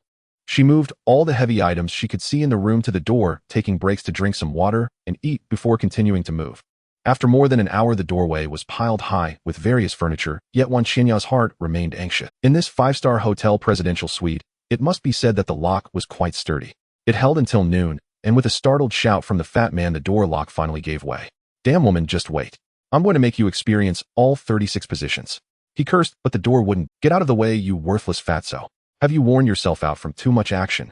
You can't even push a door." Chang'e shoved the fat man aside and tried to push himself, yet the door still wouldn't move. "Damn, this woman is quite a nuisance. Today I refuse to believe that a door can stop me. Charge." With the butler included, 4 of them came together. Wan Qianya was no longer in just a shirt, as she had put on Xiao Jun's cotton coat and added pants, and she didn't have a habit of exposing herself casually. Seeing 4 people come together, her heart rose to her throat, fearing that the door would be crashed open at any moment. With the combined strength of 4 people, the gap in the door widened further. Wan Qianya hurriedly ran over to push against the sofa, trying to hold the door back. "Chang'e, this girl is really pretty. You promised she would be mine." The fat man drooled at the sight of Wan Qianya inside. Compared to her, the 2 service girls in the room were utterly worthless. A flicker of greedy desire crossed Chang'e's face. Once the door was broken down, he had to be the one to step in. "I'll give it to you, I'll give it to you. Look at your eagerness. Just break down the door, and everything will be yours." They're pushing from the outside, and Wan Qianya is holding from the inside. If it weren't for the hundreds of pounds of furniture blocking the way, it would have been pushed open long ago. Time passed second by second. "What are you doing? Why are you trying to force open someone else's door?" A voice suddenly called out from the hallway. A glimmer of hope rose in Wan Qianya's heart. There definitely were more people on this floor. If the commotion got louder, perhaps a kind-hearted person would come out to stop them. Things really progressed as Wan Qianya hoped. Soon more people appeared in the hallway. "Everyone come quick. Someone is trying to violently break down the door and bully a weak woman like me. Today they bully me, and tomorrow they might break down your doors too." Hearing the commotion in the hallway, Wan Qianya shouted out loudly. This shout caused several men to stand up immediately. The fat man, who had been just a petty thief before, almost wet himself at the sight of the crowd. Chang'e, although a small-time thug, didn't have much brains, and he was also a bit scared seeing so many people surrounding them. "Fellow compatriots, please listen to me." At this critical moment, the butler stood up. "We are all compatriots. How can we harm each other? Aren't we all here waiting for rescue? The main thing is this girl inside has a room full of food, countless cans and hundreds of boxes of mineral water. In these dire times, shouldn't we unite? Her monopolizing of food is simply too shameful. We had no choice but to resort to this." Wan Qianya cursed the butler in her heart 1,000 times. He was even more hateful than that fat man and Chang'e. No wonder the old saying goes, "A rogue isn't scary. Oh, what's frightening is a rogue with education." Is that so? How can you prove that she has plenty of food over there? Don't listen to their nonsense. They just want to take advantage of a weak girl like me. Ladies and gentlemen, I am the butler of this hotel, and I believe some of you have seen me before. This presidential suite was originally my responsibility. On the eve of the apocalypse, the owner of this room purchased a large amount of supplies, which I personally helped him transport. If you still don't believe me, let this girl open the door for everyone to see. If there are no supplies, we will leave immediately. With so many of you here, you don't have to worry about us doing anything." In just a few sentences, the butler had already grasped the thoughts of this group. They were afraid that this group of people was indeed taking advantage of the situation. Many of them had families, and numerous individuals were hiding here with their loved ones. If they didn't help others today, they might be the next ones in trouble. However, if there really were a large amount of supplies in this house, perhaps they would lend a hand. Who would want to go hungry when there's food available? I recognize this person. He is indeed the hotel's butler. Yes, I recognize him too. Little sister, why not open the door for them to take a look? If there really isn't any food, they definitely won't dare to act recklessly. The winds had already begun to change direction. Before the apocalypse, this group of people had been prominent figures, but now, because of some uncertain food, they revealed such a disgraceful side. It was truly pathetic. Wan Qianya stopped speaking. She understood now that having food while being weak in this apocalypse was a crime. At this moment, she felt an unprecedented desire to become strong. "Did you see that?" She stopped talking. It's an admission. Fellow compatriots, in the face of disaster, we should unite and wait for rescue. Yet there are always some selfish individuals who hoard a large amount of food that they will never finish, preferring to waste it rather than share it with us. Let's work together to push the door open. Everyone can eat for a long time while we wait for rescue. Some people had already begun to waver. This butler's eloquence was indeed impressive. He managed to place himself on the moral high ground in a situation that was blatantly unethical. After a few more minutes, someone finally couldn't hold back and came over to help push, speaking while they did so. "Little girl, if there's no food, I will apologize to you later. If there is food, we will definitely not harm you. We will just take a little and leave."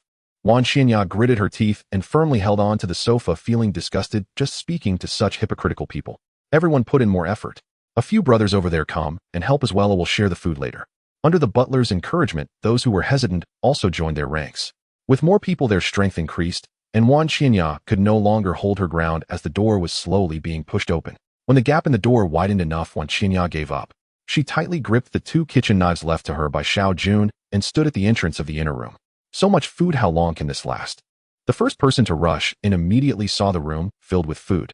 Following that, others also entered. Upon seeing the room indeed piled high with food, everyone's eyes. These survivors, even if they had food, it was very little. Some had even gone a day or 2 without eating. Now seeing so much food, they couldn't help but tremble with excitement. Soda, my favorite. A man rushed over to open a bottle of soda without caring for anything else. With someone leading the way, others followed suit and began to pick up food.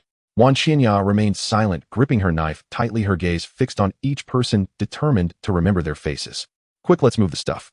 Brother Chang hurriedly called to the other 3. Although there were many items here who would complain about having too little food, each person wished they had 3 heads and 6 arms to carry more at once. No amount of food could withstand their plundering. Soon everything piled in the living room had been cleared out, with no one considering that this was a robbery. There must be more supplies inside, otherwise why would she be guarding it? Someone shouted, and all eyes turned to look. There's nothing in the room. Whoever dares come in will have a hard time. Wan Qianya raised the knife in her hand. They had already gotten quite a bit of food, and certainly would not risk confronting her at this moment. Little girl, you're joking. We're helping each other out. Once this crisis passes, I will pay you back tenfold. I'm the owner of XXX Company, you must believe me. A group of hypocrites laughed awkwardly. Since they had already obtained what they wanted, they decided to leave first. Even if there was food in the bedroom, it surely wouldn't be much. In the blink of an eye, everyone ran back to their rooms, leaving only Wan Qianya and Brother Chang with the 4 people. Little girl, can you use that knife? Holding it up, so how do you want Brother Chang to teach you? Seeing that everyone had left, Brother Chang's courage grew. He needed to get this girl. If it weren't for her yelling, all this food would have been his. Whoever approaches, I will chop them. Although she was very scared inside, Wan Qianya's hand was steady. Fatty, you wanted this girl, right? If you subdue her, she will be yours. Pointed at by 2 gleaming knives, Brother Chang was still somewhat apprehensive. If he got cut, there wouldn't even be anything to bandage the wound. Brother Chang, she has knives. Maybe we should just forget it. The room was in disarray, as if many people had passed through. The place where food was piled up was empty, not even a bottle of water was left behind. Wan Qianya sat in the corner, hugging herself and quietly sobbing. This was the scene that Xiao Jun saw upon entering. He knew the apocalypse would be chaotic, but he never expected it would escalate so quickly. The moment Wan Qianya saw Xiao Jun, she resembled a wronged child encountering her father, her quiet sobbing turning into loud wailing. Xiao Jun set down the knife in his hand and squatted before Wan Qianya. She threw her arms around him, burying her head in his chest, as if this was the only way to find solace. Xiao Jun remained silent, gently patting her back. After a while, Wan Qianya finally stopped crying, though her nose still twitched occasionally. Coke, do you want some? Xiao Jun took out a bottle of her favorite drink along with a box of chocolate. Wan Qianya indeed hadn't eaten anything for a day, and after confronting them for quite a long time, she was utterly exhausted, relying solely on willpower to avoid fainting. I want to become stronger. I want to be strong. Xiao Jun asked nothing and simply produced 5 first-tier mutated crystals. Wan Qianya snatched them up, not caring that they were taken from a zombie's brain, and swallowed them all in one go. Upgrading would entail a brief process that could not be interrupted. Xiao Jun quietly sat beside her, waiting for her upgrade to complete. After a few minutes, Wan Qianya suddenly opened her eyes, having successfully upgraded it. She had become a first-tier mutated individual. Put down the kitchen knife, it'll give you a gift. 2 high-tech daggers were placed before Wan Qianya, who joyfully picked them up and instinctively waved them around, clearly delighted. Indeed, some people are born to be strong. For most women, even in the apocalypse, giving them a dagger is less pleasing than offering a bag of chips. Let's go, let's take back what was stolen from us. I know you can hear me. Today, during the day, whoever stole my things, you have 5 minutes to return everything. Xiao Jun stood boldly in the middle of the corridor with 2 steel knives, while Wan Qianya nervously followed. Time passed second by second, but no one chose to come out. All doors remained tightly shut, and everyone acted as if it had nothing to do with them. As the 5 minutes expired, a hint of disappointment flickered in Xiao Jun's eyes. Though he had anticipated this outcome, it was only the first few days of the apocalypse, and these people had already learned the rules of survival. Choosing a random room, he swung his knife down easily, splitting the sturdy security door. The combination of 6-fold strength and a sharp steel knife created a destructive force that satisfied Xiao Jun. What are you doing? Why are you breaking into my room? Help, someone is killing. Upon entering, a sharp female voice rang out, and a strong light shone in, revealing only a woman holding a 3- or 4-year-old child. They didn't steal anything. Wan Qianya whispered from behind, but soon after she noticed the food laid out in the house is this small who can hiding help. Under the beam of the strong flashlight, every corner of the room was clearly visible, yet no one was seen. It seemed they were hiding inside. Xiao Jun had no time to waste. He kicked the woman down, placing the steel knife directly against her neck. Come out, or you'll lose both your food and your lives. As the door opened, a man wearing glasses trembled as he stepped out. You can't kill if the law won't let you get away with it. Does that mean the law will let robbers go? The man fell silent, watching Xiao Jun's knife, his legs trembling uncontrollably. Jump down yourself. Oh, I won't kill your wife and daughter, and he'll leave 3 days worth of food for them. Whether they can survive is their own fate. The man trembled even more, not wanting his wife and child to die nor himself. Help, someone has been killed here. His heart-wrenching screams echoed in the quiet night, reaching far and wide. Many zombies gathered downstairs, staring blankly at the source of the noise, probably thinking about how to get up. After shouting 3 or 4 times, sadly no one came out to save him, and a sense of despair surged within him. Noisy. Xiao Jun approached him in 2 steps, and with a gentle swipe of his knife the voice abruptly ceased. Then with a wave of his hand, all the food they had stolen vanished, collected into Xiao Jun's spatial equipment. Ah, he killed someone. The man died too quickly. The woman took a moment to react, her scream growing louder, accompanied by the cries of the little girl. Just because I don't like killing women doesn't mean I want kill. With those words, the woman immediately fell silent, clutching her daughter tightly, afraid that her cries would provoke this god of death. Next, Wan Xinya felt no sense of wrong in Xiao Jun's actions. Those who did wrong must bear the consequences. If she hadn't had a knife during the day, she would have probably become the plaything of that strong man by now, and these people were accomplices. After breaking down the door, not a single person thought to even say a word to let the group of strong men go. They just hurriedly grabbed food and shut their doors. Following the law, he opened the second door, which belonged to 2 brothers without any women. Xiao Jun swiftly killed both of them, reclaiming the food that rightfully belonged to him. The third house. Before Xiao Jun could reach the third house, most of the doors on this floor opened, and a dozen people. Little brother, you've killed several people already. You should be calmed down now. A middle-aged successful man with a beer belly boldly spoke up. Yeah, this matter doesn't have much to do with us. Mainly it's those 4 from that house. If you want revenge, just fine. How about this? We'll return the food to you, and we can call it even. What do you think? The beer belly man seemed to be the temporary negotiator for the group. Jump down yourself, and I'll leave 3 days worth of food for your wives and children. You think you can just brush this off? That won't work with Xiao Jun. What are you? Just because you have 2 knives you think you're impressive? We have over a dozen people here. How many can you kill?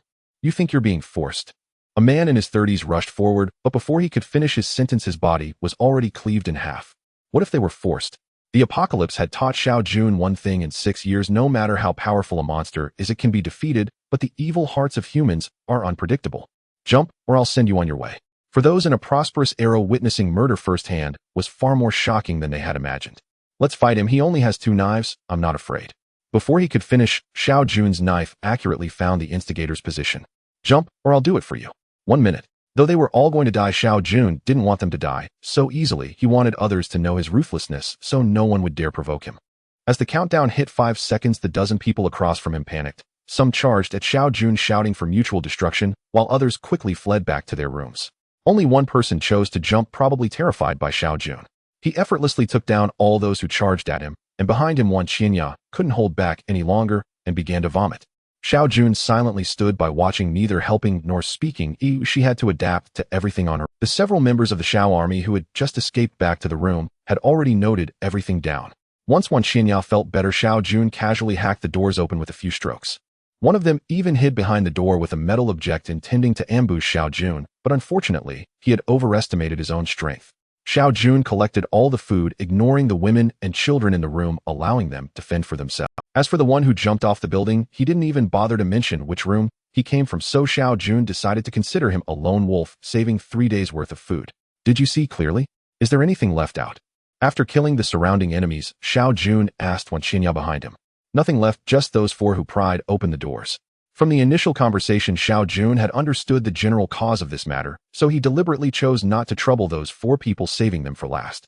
With such a commotion outside, Changgu and the others were already aware, but they chose not to go out. As the instigators of the incident, they certainly would not be forgiven.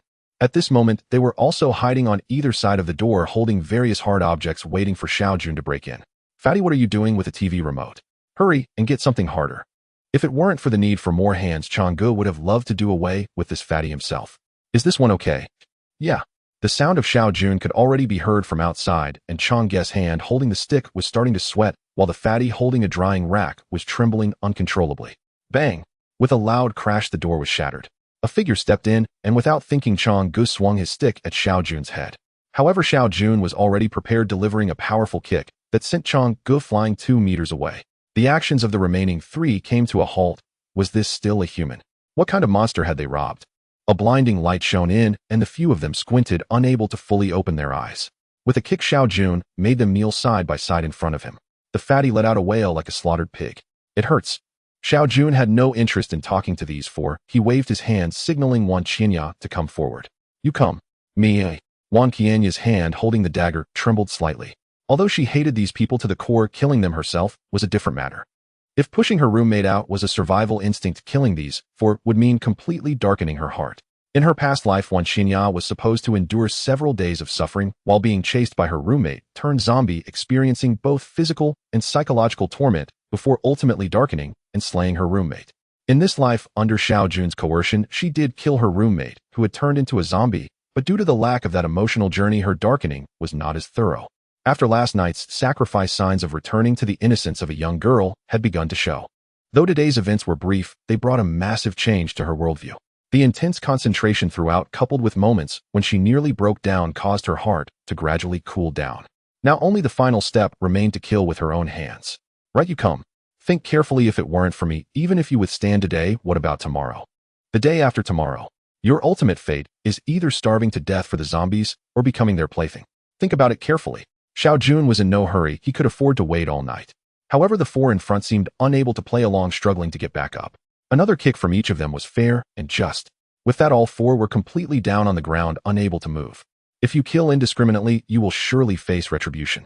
As if aware of their fate, the few of them became defiant, starting to curse Xiao Jun. You guys are no good. Cursing without a mother, hurting like a scratch. The scene fell into silence. What kind of person was this? Unable to fight back, completely immune to curses, yet cruel and ruthless. Are you sure this is the new generation of youth? You useless 4 can't even fight or curse. Living is a waste of air. You might as well be food for zombies. As he spoke, Xiao Jun prepared to act. It was too unworthy to waste time on these useless people. He'll do it. The enhancement of being a first-tier mutant had greatly increased Wan Qianya's speed. As soon as she finished speaking, she was in front of the 4, raising her dagger against their terrified gazes. Back in the room, Xiao Jun's gaze remained fixed on Wan Qianya beside him. After holding back for a while, he finally spoke up. You shouldn't use the dagger like that. A dagger requires a certain finesse. Stabbing like this is worse than using a knife. Xiao Jun sighed inwardly. The top 10 masters from his past life still had a long way to go. I know. After returning, Wan Qianya sat silently in a corner of the sofa, not uttering a word. The shock she experienced tonight was stronger than anything in her life so far. Firstly, she witnessed the bloody massacre by Xiao Jun, and then she personally killed 4 people. These were not zombies. No matter how zombie-like they appeared, they were still monsters, and killing them didn't carry much psychological burden. But 4 living human lives had just vanished at her hands, and this direct impact made her heart feel very unsettled. If she hadn't already vomited in the corridor, she probably would have continued for some time. Xiao Jun could understand Wan Qianya's feelings. In his past life, when he was forced to kill for the first time, he had been even more broken than she was. Get a good night's sleep, and tomorrow you'll be fine. Xiao Jun believed she could quickly adapt. In this early stage of the apocalypse, time was of the essence, and there wouldn't be much time for her to adjust gradually. Hold me, but you still have blood on you. Kiss me. There's sob, blood sob. Everyone has their own way of venting, and Xiao Jun didn't expect Wan Qianya's method to be so direct. Being a first-tier mutant also allowed the 2 to experience more pleasure. When the first light of dawn streamed through the window onto the sofa, Xiao Jun opened his eyes. Xiao Jun could no longer remember when he had fallen asleep, only knowing that Wan Qianya had hung on him all night. A pleasant moan escaped her lips. Wan Qianya's long eyelashes fluttered, and then she slowly opened her beautiful big eyes. This enchantress made Xiao Jun feel like he was about to stir again. Glancing at the time, it was already 8:40. In 20 minutes, the airdrop rain would begin, and he could no longer afford to delay. There would be plenty of time in the future. Time was of the essence. The 2 of them each consumed a rice ball, with Xiao Jun opting for the spicy flavor, while Wan Qianya chose the seafood variant. Having learned from yesterday's lesson, Xiao Jun believed that no one would dare to come knocking today, especially since there were not many people left on the 21st floor. In the corridor, the body remained there unattended. There are still living men. Clean up the body, and you'll get a bottle of water and a loaf of bread. This was already quite generous. After calling out twice, a door suddenly swung open, revealing a boy who appeared to be underage. I can do it. When you return, I hope there won't be any of these eyesores left. By the way, you don't have to carry them far, you just toss them down, absolutely no pollution. Xiao Jun pointed towards the corridor's window and tossed down a bottle of water and a loaf of bread. The number of zombies in the hall increased day by day, and the streets were also densely packed. Following this trend, finding airdrop boxes tomorrow would be impossible. When the number of zombies reached a certain point, there was no way to avoid them. They could only fight their way through. Can we do it? Yes. Wan Qinya raised the dagger in her hand, filled with confidence. With a series of fierce maneuvers, the zombies in the hall were once again cleared out, and Wan Qinya activated her lucky streak for today's treasure hunting. A total of 37 corpses yielded 6 first-tier mutated crystals. In comparison, Xiao Jun's hands from yesterday were as if they had touched filth. Mutated crystals could not only be used for upgrades, but also to restore stamina and heal injuries. They were incredibly useful and practical. After securing the mutated crystals, it was already 9 o'clock. At this point, it would be better to simply wait for the airdrop rain to pass and plan a route for the day. 5 minutes is not a long time. The rift in the sky once again closed. Perhaps thanks to Wan Qinya, their luck today was exceptionally good, as an airdrop box landed right before their eyes, crushing several zombies in the process. They'll kill you. Open the box. The two assigned tasks, with Xiao Jun acting as the bait, while Wan Qinya would open the box and retreat as soon as she finished. Come on, you bunch of idiots. Xiao Jun was the first to burst out of the hotel door, quickly circling around the airdrop box, attracting all the surrounding zombies. Facing dozens of zombies in an open area, even in daylight when their strength was somewhat diminished, they were still too much for Xiao Jun to handle at this stage. He could only fight while retreating. Seizing the opportunity, Wan Qinya rushed to the airdrop box and used her dagger to unlock the small padlock. This was her first time opening a box. She had only previously scavenged from corpses, and she felt a thrill of excitement. 1 high-tech lunchbox and 1 high-tech water bottle. As the light remained lit, Xiao Jun, who was holding the fort, felt a surge of excitement. I knew I had to let Wan Qinya open the box. This was definitely better than doing it myself. The first item was a high-grade starting piece. The third item was a comic book. What is this? A regular comic book useful for passing the time. Are you kidding me? In the apocalypse, time is of the essence, and you bring this out for me to pass the time. Skipping that. The fourth item was a high-tech combat suit. To have found clothing was astonishing. Even Xiao Jun next to her was left dumbfounded. The drop rate for clothing is much lower than for weapons, nearly comparable to spatial equipment. I didn't expect Wan Qinya to find one. Just this one item made the box worth it. As expected, the last item was another lunchbox. This box was clearly prepared for that combat suit. Put the suit on, and let's run east afterward. The high-tech combat suit automatically adjusts its size according to the wearer's physique, making it incredibly useful. After putting it on, Wan Qinya exuded an aura of heroism resembling a general. Jun, go, I'm ready. Xiao Jun suddenly turned around, swiftly killed 6 or 7 zombies in quick succession, and then immediately dashed eastward. There was no time to scavenge corpses now. Up ahead, find a wall, climb over it, and get inside. The best way to evade zombie pursuit is to climb over walls. Zombies lack intelligence and only know how to charge straight ahead. If you can climb over a higher wall quickly, they won't be able to find you. For Wan Qinya, a first-tier mutant, this was not very difficult. Having trained in dance, her body possessed excellent flexibility, and after leveling up, it was enhanced by a factor of 2. She could climb a tall wall with grace. Xiao Jun followed closely behind, effortlessly using leverage to vault over the wall. The zombies trailing behind skidded to a stop, crashing into the wall with a series of thuds that sounded painful. Qinya, you. After landing, Xiao Jun was about to ask Wan Qinya when he noticed an airdrop box right in. What the hell? Is this the favor of the goddess of luck? Not bringing her out yesterday was a huge loss. Jun, good, this is an airdrop box, right? Wan Qinya excitedly rubbed her hands together. Before they set out, Jun Gu had mentioned that finding this was the biggest task in recent days, and that it all depended on herself. Initially feeling a bit anxious due to the pressure Jun Gu had placed on her, she didn't expect it to be this easy to find. Just climbing over a wall brought her to it. Give me what you have and open it. Xiao Jun was also a bit excited. Encountering 2 of them in a row meant they would definitely return loaded today. When Wan Qinya reached in, she found the usual lunchbox and water bottle set. But as she was about to reach again, the light went out. Wan Qinya pouted angrily, slapped the box a few times, her face showing displeasure. Alright, loadier boxes are the most common, it's normal.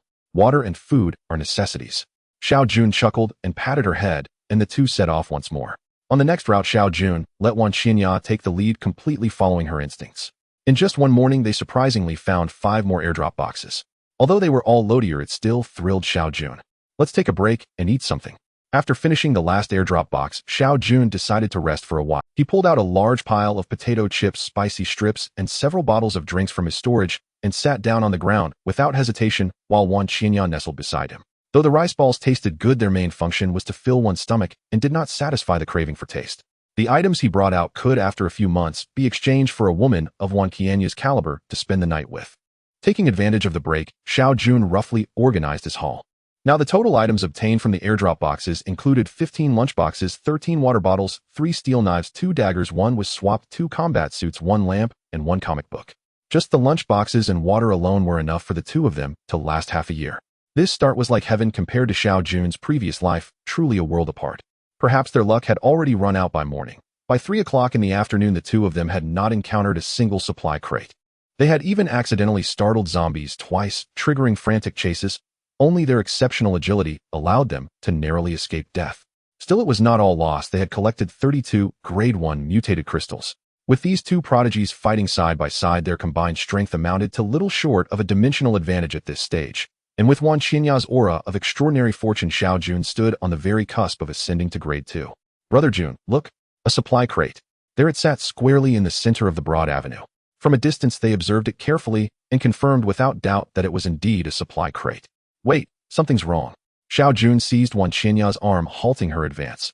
Not merely pausing, but retreating further away. Brother Jun, what is it? Are we really abandoning that crate? Wan Qianya frowned in confusion. Though the crate lay exposed in the middle of the road, only 5 or 6 zombies wandered listlessly nearby.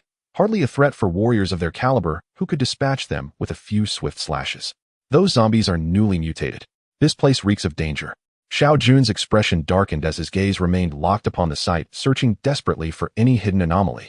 Newly mutated.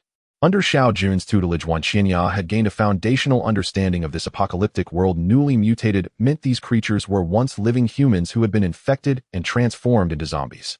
Did they approach the crate and then get infected? Xiao Jun gave a solemn nod. The situation was clearly far more sinister than it appeared. But no matter how fiercely he racked his mind, Xiao Jun could not fathom what force so early in the apocalypse wielded such eerie, inexplicable power. After prolonged observation, Xiao Jun detected no other abnormalities. Yet an unsettling unease continued to coil tightly around his heart. Enough. Let's go. Take a detour around this place. Rule 1 of survival in the apocalypse: remain vigilant and cautious. Rule 2: never indulge curiosity. The curious had long since become fertilizer for the undead. Wan Qianya voiced no objection. Yet she couldn't help but feel a pang of regret at forfeiting the crate, the first they'd seen that afternoon, perhaps holding something truly valuable. That gnawing sense of dread grew heavier still. Without further hesitation, Xiao Jun seized Wan Qianya's hand and withdrew. Though reluctant, Wan Qianya followed his retreat. Yet before departing, she cast one last wistful glance back toward the supply crate. Brother Jun, watch out. Xiao Jun reacted on pure instinct. His arm flashed backward in a sharp downward slash, but the shadow blurred past, missing its mark. Qianya, are you alright? The black shape had moved too swiftly. Wan Qianya hadn't even registered the attack before collapsing. No cough. I'm fine. A deep claw-shaped imprint marred her chest. Had she not worn advanced combat armor, that strike would have ended her life instantly. Damn it. The hellish thing appeared now. Stay back. Don't come closer. To Xiao Jun's left stood a zombie, its gaze fixed unblinkingly upon him. The source of every tremor of dread coiling within his gut. This was a Grade 2 zombie. Its fingers had evolved into razor-sharp talons. Far stronger than its lower-tier kin, it possessed rudimentary intelligence. And unlike lesser undead, it suffered no weakness under sunlight, hunting with equal lethality by day or night. According to Xiao Jun's memories from his previous life, such creatures should not emerge until at least 1 month after the apocalypse's onset. Why then did it appear now? Was it the ripple of his rebirth, the butterfly effect altering fate itself? But the creature granted him no time for contemplation. Its second assault came without warning. A Grade 2 zombie's raw power surpassed even that of a Grade 2 mutant. Had Xiao Jun not ingested the elite grade mutagenic compound, he might not have survived the first strike. Evasion was impossible. Only desperate resistance remained. Clenching his steel blade with both hands, Xiao Jun launched the first counteroffensive, intent on drawing the zombies' full attention and buying Wan Qianya time to reach safety. A former soldier by training and a hardened survivor of 6 years in the wasteland, Xiao Jun wielded his blades with a style uniquely his own, left hand parrying, right hand striking. 260-gene steel blades whirling in seamless, impenetrable arcs. This beast possesses monstrous strength. After a flurry of exchanges, Xiao Jun rotated his shoulders, his arms numb and trembling from the impact. At this rate, victory seemed increasingly unlikely. Wan Qianya had already reached the end of the street, taking cover behind a corner to watch the battle unfold. Though she trusted Xiao Jun's prowess implicitly, her breath now caught tight in her throat, her pulse hammering with quiet terror. She had felt death's icy breath brush her skin in that first strike. Another brutal exchange followed, and Xiao Jun began to falter, driven relentlessly onto the defensive, unable to mount a single counterblow. No, I must help him. Her anxiety surged, but instinct held her back from rushing headlong. She tightened her grip on her dagger, as if that small act could anchor her courage. Crouching low, Wan Qianya began inching silently toward the battlefield. Now was her perfect opportunity. The head remained the sole vulnerability of every zombie regardless of grade. Xiao Jun saw her movement, but he could no longer spare focus to guide or warn her. 5 meters. Within a single explosive burst, she would be behind the creature. Still she held back, waiting for the ideal moment. 3 meters. Her legs coiled and unleashed like springs, the sudden rush of wind alerting the zombie. She twisted sideways. Her dagger plunged deep into the junction of the zombie's shoulder and neck. Wan Qianya was hurled backward again, but at the final instant her body contorted with uncanny grace, evading the fatal blow to her skull and absorbing the impact once more with her chest. Die! His steel blade crashed down with brutal precision onto the zombie's occiput. Qianya. Xiao Jun examined her thoroughly, head to toe, 3 times over, before finally exhaling in relief, certain no wound remained. I cough. I'm fine. Just cough, my chest feels flattened. You won't stop liking me now, will you? Xiao Jun nearly laughed aloud. What absurd notion had taken root in her mind? Even if diminished, it could always be restored, with care and time. He handed her a grade 1 mutated crystal to consume. Such crystals not only fueled ascension, but also healed wounds and cured afflictions. Now came the moment of reward. A grade 2 zombie. This was likely the first ever slain in this world. A pity there were no achievements to commemorate the feat. While Wan Qianya recovered, Xiao Jun sprinted back to eliminate the remaining zombies loitering near the supply crate. Both the corpses and the crate awaited Wan Qianya's touch. The task demanded the hand of fortune herself. First, touch the corpse. The corpse of a second-tier zombie. This is probably the first case in the world. A second-tier mutated crystal. Wow, it really exists. When Xiao Jun saw the pale green mutated crystal in Wan Qianya's hand, even his calm demeanor couldn't help but exclaim. The production probability of a second-tier mutated crystal is about 1 in 20, and if this can be found, Wan Qianya's luck is extraordinary. The few first-tier zombies probably had no mutated crystals because they had only been infected for a short time. However, this is no longer important. A second-tier mutated crystal is worth 10 of them. Next is the airdrop box. The afternoon is almost over, and this might be the only one today. The first one is spatial equipment. What kind of box is this? Xiao Jun began to feel excited. Xiao Jun already had 1 ring and 1 jade pendant, so he had Wan Qianya bind the ring herself. In the future, it would be much more convenient to keep some items with her. This thing is quite large. The second item, Wan Qianya dragged out with both hands. A high-tech bathtub designed to accommodate 2 people for bathing at the same time. The bathtub does not require manual filling. It actively absorbs water molecules from the air to store water. It can fill up every 24 hours, and each filling can be used twice. Seeing this item, Xiao Jun was still indifferent, but Wan Qianya was almost jumping with joy. For a woman, especially a young and beautiful one like Wan Qianya, not being able to take a bath is simply a torment. Now that there is this bathtub, wouldn't that mean she can bathe every day? You seem so excited, keep it for later. Wan Qianya nodded eagerly like a chick pecking at rice and continued to reach into the box. An ordinary mutated potion. Seeing this item, Zaijian's expression became serious. A top-tier airdrop box, it must be, no doubt. Ordinary mutated potion after consumption can alter genes and greatly enhance basic physical attributes. Note: high-level potions will override the effects of lower-level potions. So this item has limitations. Xiao Jun thought it could be used again. Even if the ordinary potion only improves by a factor of 1, it would still elevate him to the next level. It seems this bug he thought of had long been fixed. You take it. Wan Qianya hesitated a bit. Such a good item, should she consume it herself? Wouldn't that be a waste? I've already consumed 1 and this won't have any effect on me. Upon hearing Zaijian's explanation, Wan Qianya happily took the mutated potion. It should have doubled my ability, right? 2 minutes later, Wan Qianya opened her eyes and said somewhat uncertainly, a doubling roughly. Xiao Jun felt reassured. With ordinary and high-level potions, he wondered if there were even better options.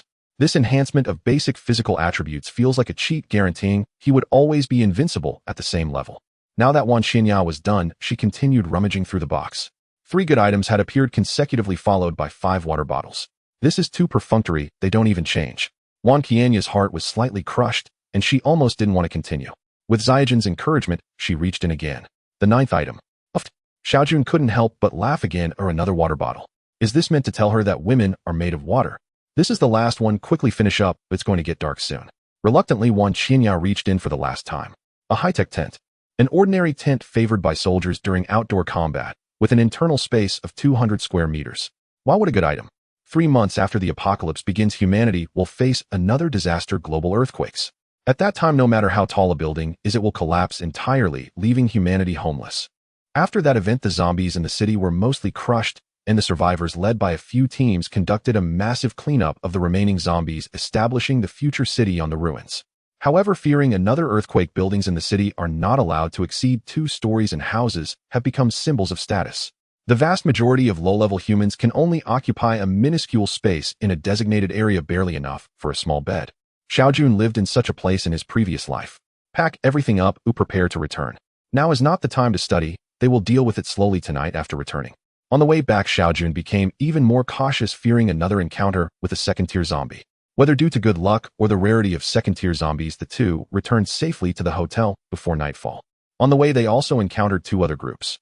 Xiaojun noticed that after killing the zombies, they would search the corpses as well, indicating they too had discovered the secret of the mutated crystals. In his previous life, this secret was not discovered by humanity until 5 days later, after which it spread. That period also triggered a wave of zombie hunting frenzy. And now only 3 days have passed, and 2 groups already know this secret, making it somewhat public. All of this reveals a certain strangeness, not just this, but also the premature appearance of second-tier zombies. This signals that the timeline of this world has advanced, likely due to his reincarnation. Back at the hotel, Wan Xianya was already gleefully setting up the high-tech bathtub. Shortly after, she came over excitedly, indicating that everything was ready. A double bathtub, as the name suggests, requires 2 people to wash. Xiaojun also set aside his worries. What's there to fear? When soldiers come, they will fight. When water comes, they will cover. As long as he continues to grow stronger, disasters will always lag a step behind. Every day hunting zombies, he had killed quite a few yesterday, and being able to enjoy a nice hot bath is a great pleasure. The bath lasted for over an hour. During this time, Xiaojun seriously checked Wan Qianya's chest, finding no signs of deflation. Both of their bodies had grown stronger, and an hour didn't seem so long anymore. If they weren't limited to 2 baths per full tank, a few more hours wouldn't have been an issue. The high-tech lighting was already set up in the room, so they no longer had to rely on the weak glow of candles in the dark. The 2 lay in bed with Wan Qianya lazily nestled in Xiaojun's arms, engrossed in a comic book. Xiaojun lit a cigarette, and the smell made Wan Qianya twitch her nose.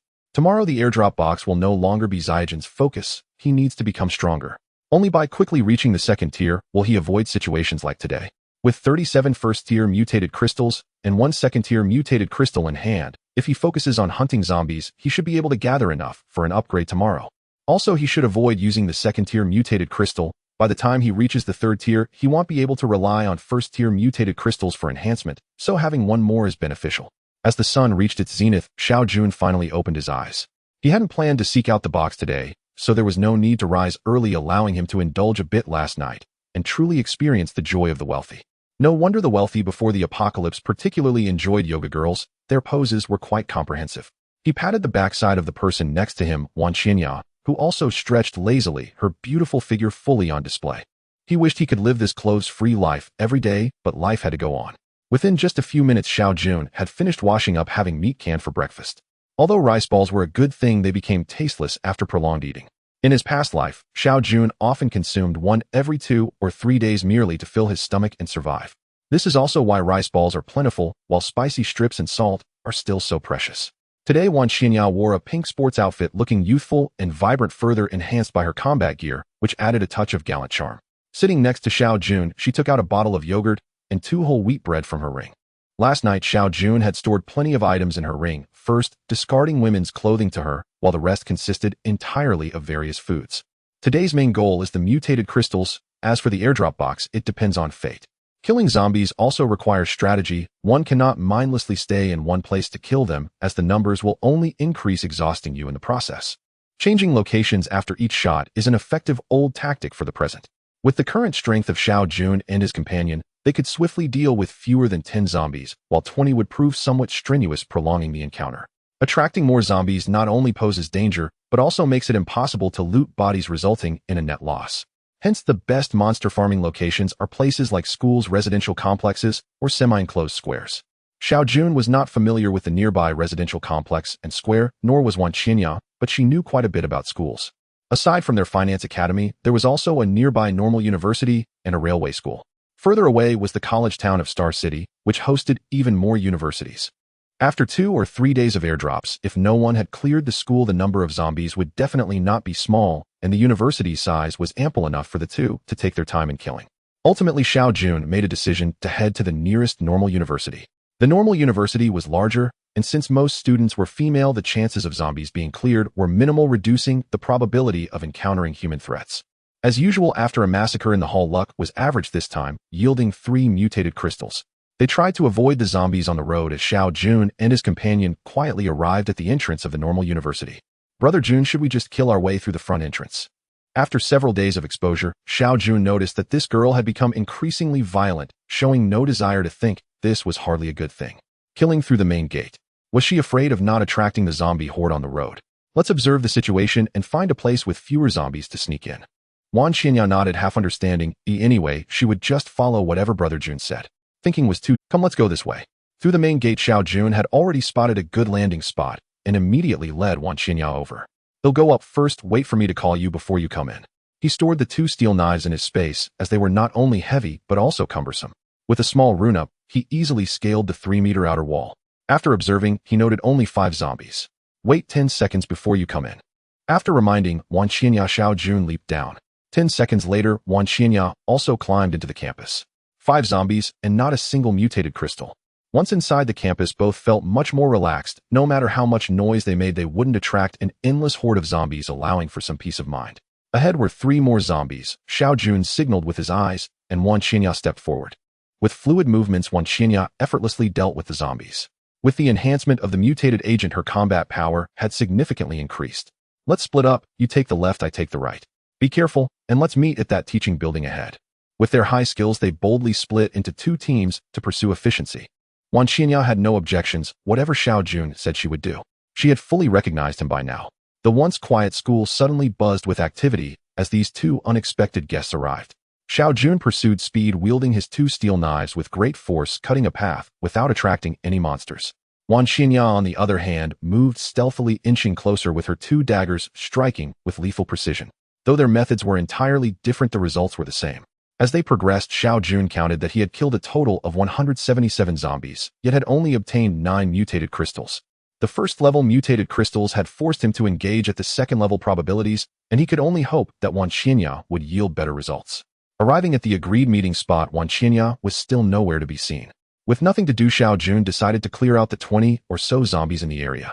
1 mutated crystal, a 1 in 20 chance confirmed. Finding a clean spot, he sat down, leisurely lighting a cigarette while waiting for Wan Xinya. He could have followed Wan Qianya's path to kill his way through, but Xiao Jun chose not to. In the apocalypse, to grow rapidly, one must undergo countless battles. In his past life, there were those who relied on money to gain strength, the most notorious being the Lord's brother. The Lord doted on him and had never let him participate in a single battle since the apocalypse began. Later, he even used mutated crystals to nurture him into a 5th-level altered being. After his strength surged, he became even more arrogant, bullying others in Future City. Once he took a liking to a little girl and forcibly took her in the street, only to be slain by her father in a fit of rage. That little girl's father was merely a 3rd-level altered being. People like him would still be useless even if they were artificially raised to the 10th level. After waiting for another 10 minutes, Xiao Jun grew impatient and decided to check on the situation. At that moment, sounds of people talking came from the end of the road. Xiao Jun squinted his eyes, watching Wan Qianya approach, flanked by 2 girls who seemed very familiar with him. Behind the 3 of them, a dozen girls followed silently. Upon seeing Xiao Jun, Wan Qianya whispered something to the 2 beside her before jogging over alone. "Brother Jun, these 2 are my roommates, and those behind are friends they've made during this time." Seeing Xiao Jun's grim expression, Wan Qianya's voice grew softer, and she ultimately fell silent. "Do you not understand the current situation? Are you planning to take care of so many people?" Xiao Jun was furious, and Wan Qianya became even more flustered. She never intended to bring so many people. She only wanted to take her 2 roommates with her, but unexpectedly ended up with a dozen others. "That's not it." Wan Qianya became anxious, unsure how to explain. She had already thought that if Xiao Jun was unwilling, she would simply not take anyone. Compared to Xiao Jun, her 2 roommates could only feel apologetic. Xiao Jun understood Wan Qianya's inner thoughts clearly, and his expression softened. As long as she wasn't the type to help those who appeared pitiful, such kindness was not allowed to exist in this apocalyptic world. If it was just taking 2 roommates, that would still be acceptable. In other words, if it were Xiao Jun encountering his brother during the apocalypse, and he had the ability, he would probably just walk away. After 6 years of the apocalypse, Xiao Jun had seen all sorts of things, including brothers turning against each other over food. He had no intention of harming others, but one must be cautious of others. Now it was only the early stages of the apocalypse, and most people's humanity was still intact. After 3 months, they would realize that this pitiable kindness could only bring disaster upon themselves. If you want to bring your 2 roommates, go ahead, but I must warn you that if they lead us into danger, I will leave immediately. Xiao Jun did not make things difficult for Wan Qianya. Even taking care of these 2 would be an easy task. However, he needed to make her aware of the seriousness of the situation. Upon hearing Xiao Jun's words, Wan Qianya immediately became happy and called out to the girls behind her, "Ye Jingyin, come quickly." The 2 girls who had been walking alongside Wan Qianya hurried over. "This is the savior I told you about, Xiao Jun. You should call him Jun Ge like I do." On the way, Wan Qianya had roughly explained her situation to them, embellishing Xiao Jun's qualities. "Jun Ge, hello, I'm Jiang Yue, Wan Qianya's roommate. Jun Ge and Li Jingyin, also Wan Qianya's roommate." These names sound familiar. In my previous life in Future City, aside from the Lord's Mansion, there were 3 major powers, one of which was an all-female team, and their leader was named Jiang Yu. If it were just the name Jiang Yue, Xiao Jun would be hesitant to confirm, but Li Jingyin was another matter. Although not the leader, she was more famous than Jiang Yu in Future City, her reputation stemming from the piles of corpses. A team made up entirely of women would undoubtedly attract a certain kind of attention. At that time, countless small groups coveted their beauty, attempting to recruit them, but the end result was that the women's army grew larger, while those who provoked them vanished from the world. All those who dared to provoke them were dealt with by Li Jingyin. As soon as she acted, no one survived, earning her the nickname Venomous Beauty. Had it not been for his own existence, Wan Qianya would have sought out her roommates after gaining strength and eventually brought all these people out. Although she didn't know that in the end Wan Qianya would be all alone with the leader becoming Jiang Yue, the growth of the women's army was undoubtedly connected to Wan Qianya. These 2 could be recruited. Xiao Jun had no grand ambitions and was not interested in managing a team, but in the apocalypse it was necessary to build a powerful force to survive. These 2 just happened to meet Xiao Jun's needs. Knowing their identities, he changed his initial decision and prepared to take all the 20 or so people behind them. Without a doubt, these people would be the founding members of the women's army. At present, they were still just ordinary university students, far from the ruthlessness and cunning of their past lives. Xiao Jun saving them at this moment would undoubtedly make them deeply grateful. After introducing themselves, Jiang Yu and Li Jingyin waited for Xiao Jun's response, feeling anxious, and looked to their friend Wan Qianya for help. Wan Qianya was also at a loss, as she had just been scolded by Xiao Jun and dared not speak. "I can take you with me, and even those people behind you can come along, and I can provide you with food, but..." This indicated that Xiao Jun had conditions, but at this point the 2 were indifferent to his demands, as surviving was what mattered. At most it would just mean sharing a bed with him. "I will provide you with food for a week. After that you 2 will be responsible for managing those people. In a week you will need to prove your worth to me." The 2 exchanged glances and nodded in agreement. Xiao Jun was not a saint. It was already quite generous of him to take them in for a week. He couldn't possibly be expected to support such a large group on his own. "Qianya, take them back to the original place and wait there. After we clear the campus, we can bring them back with us." They had just come out today, or it couldn't end so abruptly. Figuring out how to bring them back later was also a hassle. Before long, Wan Qianya approached Xiao Jun alone, wearing a pitiful expression. "All right, I won't scold you anymore. Just get me some mutated crystals today as a reward for the trouble you caused me." Xiao Jun could see through Wan Qianya's little schemes. Her inner thoughts were crystal clear to him. In the ensuing battle, Wan Qianya fought fiercely, fully unleashing her true potential. Xiao Jun even became a bystander, casually munching on sunflower seeds and cheering her on. Seeing Wan Qianya's delighted expression, Xiao Jun knew they had gained a lot. Sure enough, just from this wave they had killed 34 zombies, and she found 6 first-grade mutated crystals, probably 4 or 5 times better than his odds. Jun Ge, with these 6, we now have a total of 102 first-grade mutated crystals, right? After more than 5 hours of fighting, the zombies at the normal university had been nearly wiped out, and their mutated crystal count finally exceeded 100, but they had not seen a single airdrop box. "Jun Ge, you should upgrade. I'll keep watch for you." 100 mutated crystals could upgrade to the 2nd grade, and Xiao Jun had already told Wan Qianya that to safely take those female students back to the hotel, he needed to reach the 2nd grade. Xiao Jun was not one to hesitate. Improving his strength was the most important thing. Without a moment's thought, he took out the 100 mutated crystals, placing them together, shining brightly and looking splendid. Wan Qianya scanned the surroundings warily. Although the campus had been cleared, the most terrifying thing in the apocalypse was not the zombies, but rather people. 2nd level reached. How long did it take me to reach the 2nd level in my past life? Was it around 2 years? It has only been a short time since the apocalypse began, and today marks the 10th day. Xiao Jun couldn't help but sigh. This is how the apocalypse works. Survival of the fittest. The strong only grow stronger while the weak face elimination every day. Reaching the second level means my attributes have doubled again. Now if Xiao Jun encounters a second-level zombie, he feels no fear at all. Gather everyone, I will be waiting at the school gate. With increased strength, Xiao Jun spoke with confidence. The first-level zombies outside no longer posed a threat in his eyes. If not for his physical limitations, he could kill until the game ended. After waiting for a smoke's worth of time at the gate, a large crowd approached. It feels like there are more people than before. Xiao Jun didn't count them, but he could tell at a glance that there were more than at the beginning. Brother Jun, there are just a few more people. Is that okay? It's unclear what kind of spell Wan Qianya's two roommates cast on her, but she came over to plead. Xiao Jun didn't mind. Oh, after all, it's only been a week. Having a few more people for meals isn't a big deal. As long as they can truly form an iron-blooded female army, the current investment will be worth it. If they can truly be cultivated, this army must be firmly under his control, making these first 7. They're coming. For your sake, I won't turn anyone away.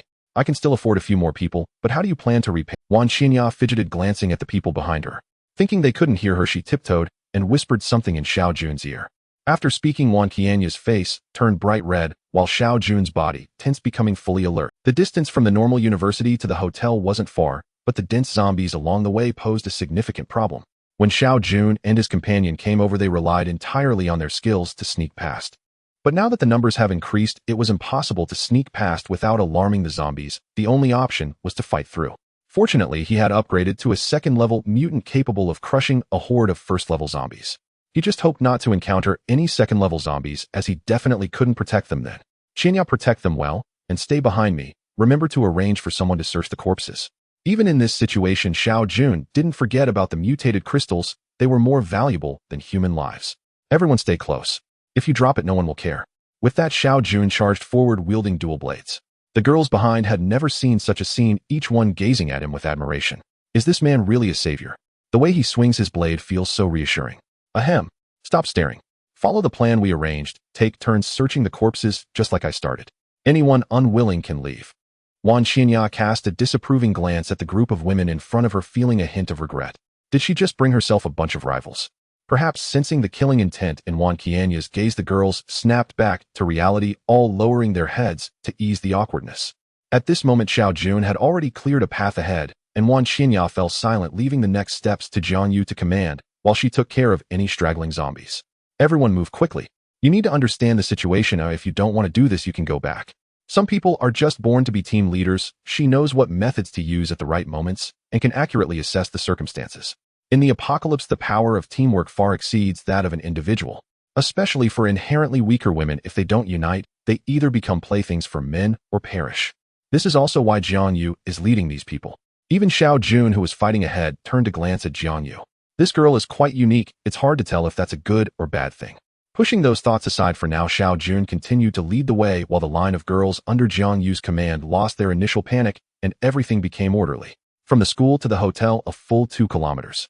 Xiao Jun charged through, wielding 2 blades. Along the way, they encountered several other human groups, but everyone discreetly avoided each other. 10 days into the apocalypse, the capable have already adapted to the survival rules. In a society devoid of legal constraints, battles between humans tend to be even more brutal. When Xiao Jun's arms were finally exhausted from swinging, he finally saw the hotel entrance. If he continued fighting, he felt he might collapse from exhaustion. He didn't know how many times he had swung. A steel blade weighs 60 pounds, making it 120 pounds for 2. Even with his 12 times physical capacity, he had already reached his limit. He had overestimated himself. Had the hotel been 100 meters further, Xiao Jun might not have been able to make it. The only fortunate thing was that he hadn't encountered any second-level zombies. The zombies at the hotel entrance seemed to be fewer than when he first came out, possibly having been drawn away. This was a good thing for Xiao Jun. Qianya, take them inside. After diverting a large number of zombies, the rest would have to be handled by them. Wan Qianya, holding dual daggers, led the group into the hotel lobby. The zombies inside had long been attracted by the noise and rushed towards the entrance. Compared to Xiao Jun's brute force, Wan Qianya's killing felt more like an art. There was no splattering of blood and guts, only precise, deadly strikes. She is so impressive. Many girls expressed their genuine admiration. Being fellow female students, why is there such a vast difference? Brother Jun, there are a total of 31 people. Leaning back completely on the sofa to his right, Wan Qianya was massaging his arm, while in front Jiang Yu was reporting the situation to him. Suddenly, having so many people to feed for a week made Xiao Jun feel that his supplies were far from sufficient. This is only 31 people. If he had a whole group, how much food would that consume daily? It was truly taxing. and finding a place to stay was another troublesome matter. There were rooms available, but half of the doors on this floor had been smashed open by Xiao Jun, making it not very safe. If safety is a concern, there is a high-tech tent that is 200 square meters inside, but it's empty, so he would have to go out tomorrow to get some mattresses and bedding. Tonight, let them find any room to rest. He'll arrange the rest tomorrow. It was already dark, and going out at night was definitely not advisable. Even though Xiao Jun's strength could easily handle the zombies at night, the most troublesome aspect of nighttime combat is visibility. Zombies don't need eyes, the darkness has no effect on them, but humans do. If they can't see, their combat effectiveness would be significantly reduced. Jun let them sleep in the guest room. Wan Qinya felt a bit embarrassed as she had made quite a few requests today. After all, they were close dorm mates, and in this apocalypse their bond felt even closer with endless conversations among the three of them. The presidential suite had guest rooms in addition to the master bedroom, but usually Xiao Jun had no need for them. The rooms outside not only lacked doors, but had also seen death. Alright, you decide. Since the people had already been brought back, Xiao Jun wouldn't fuss over such trivial matters. Perhaps because they were both dancers, Jiang Yu and Li Jingyin were both stunning beauties, especially Jiang Yue, who was a quintessential representation of Eastern classical beauty, practically a heartthrob for straight men. Seeing Xiao Jun agree, not only was Wan Qinya happy, but the other two also wore joyful expressions, as no one liked the feeling of sleeping with strangers coming and going freely. Drinks and snacks were already laid out by Wan Qinya, a generous treat for her roommates who had been starving for days. Once they entered the living room and saw the piled-up supplies, they were filled with envy towards Wan Qinya. In the apocalypse, the living conditions of those in one dormitory were worlds apart. Just thinking about the two of them, one loaf of bread had to last 3 days, while looking at Wan Qinya even before the apocalypse, she wouldn't have such a rich variety of snacks. Don't rush, take your time eating. Once you're done, I'll take you to bathe and change into new clothes. Xiao Jun noticed that Wan Qinya seemed more focused on showing off, as the competitive spirit among women never faded regardless of how good their relationship was. Today was exceedingly tiring, and he was too lazy to care about what the three of them were doing, simply lying on the sofa and falling asleep. He didn't know how long it had been when a familiar warm body suddenly pounced on him. Their eyes met, and in the candlelight Wan Qinya's small face turned crimson, her charming eyes glimmering. This little vixen is really too much. The two people in the room hadn't fallen asleep either. After many days they finally had a hot bath and changed into clean clothes, still feeling as if they were dreaming. Then they heard some inappropriate noises from the living room, and their cheeks flushed. They were adults after all, having never seen a pig run after not eating pork. That night two people were completely sleepless. Meanwhile, the two instigators were nestled together on the large bed in the master bedroom, drifting into sweet dreams. The next morning, looking at the two people with panda eyes in front of him, Xiao Jun was completely bewildered. Had they slept well or not? How would he lead the team like this? But soon he understood the reason. Xiao Jun's face flushed with embarrassment as he made an excuse to wash up and fled in a hurry. The thoughts of women were truly filthy. By 8:30, the living room was already filled with people, all young ladies, except for Xiao Jun. Wan Qinya obediently stood beside Xiao Jun, while Jiang Yu and Li Jingyin stood across from him, with another 29 young ladies, all standing neatly. 10 lunch boxes and 5 water bottles. This is the food for the week that I promised you. On the table in front, the lunch boxes and water bottles were already arranged, and all the young ladies understood what they represented. You all know the current situation. The apocalypse has fully arrived. If you cannot prove your value, you will only be abandoned. I don't care about the process. A week later, I want to see results. Xiao Jun was too lazy to say more. Everything would be spoken through actions. In the first 3 days, Wan Qinya would follow them and teach them some survival and combat skills for the apocalypse. Xiao Jun believed that even without his help in his previous life, they managed to rise. This time he was sure they wouldn't let him down. Over-intervening would do more harm than good. Jun, if we perform well, will there be any rewards? The sisters haven't bathed for many days. Jiang Yu suddenly spoke up. The other girls all looked over with anticipation. For many women, not bathing felt worse than not eating. Previously there were no conditions, just surviving was already good enough. How could they think of so much? But seeing Jiang Yu and Li Jingyin suddenly look refreshed this morning made everyone envious. Sure, not only can you bathe, but there will also be all kinds of snacks as long as you perform well.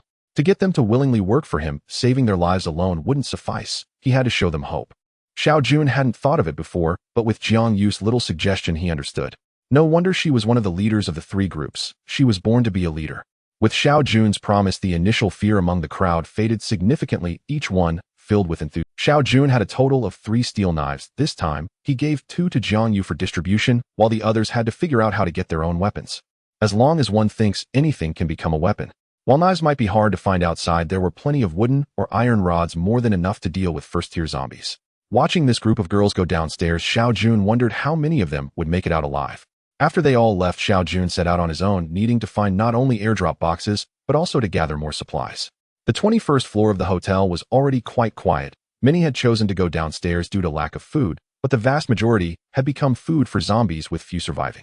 Xiao Jun unexpectedly saw that boy again, looking to be around 16 or 17. Last time he had taken a bottle of water and a piece of bread from Xiao Jun. The young boy stared eagerly at Xiao Jun, but ultimately lacked the courage to approach.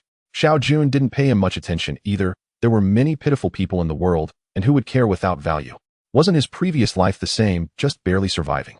Following behind the girls was comfortable. He didn't have to deal with the zombies in the hall himself. Having roughly identified a direction, Xiao Jun vaguely remembered there was a large shopping mall over there, hoping to find what he needed inside. This time out, he left most of the items in his space at the hotel to take back more things. The space equipment was simply too limited, and he needed to acquire more. The pressure of supporting 32 mouths is immense. Currently, Xiao Jun has completely lost interest in first-tier zombies. If he encounters a second-tier one, he would like to give it a try.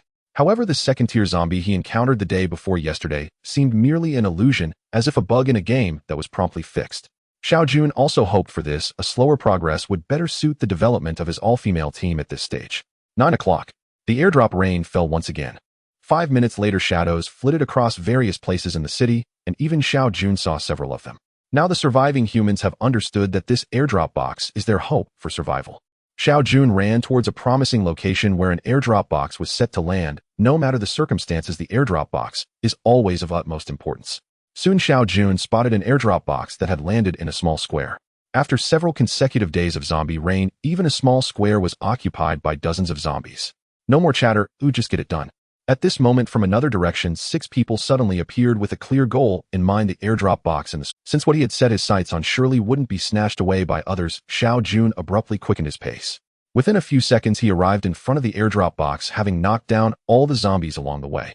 The 6 were clearing zombies while also paying attention to Xiao Jun's movements.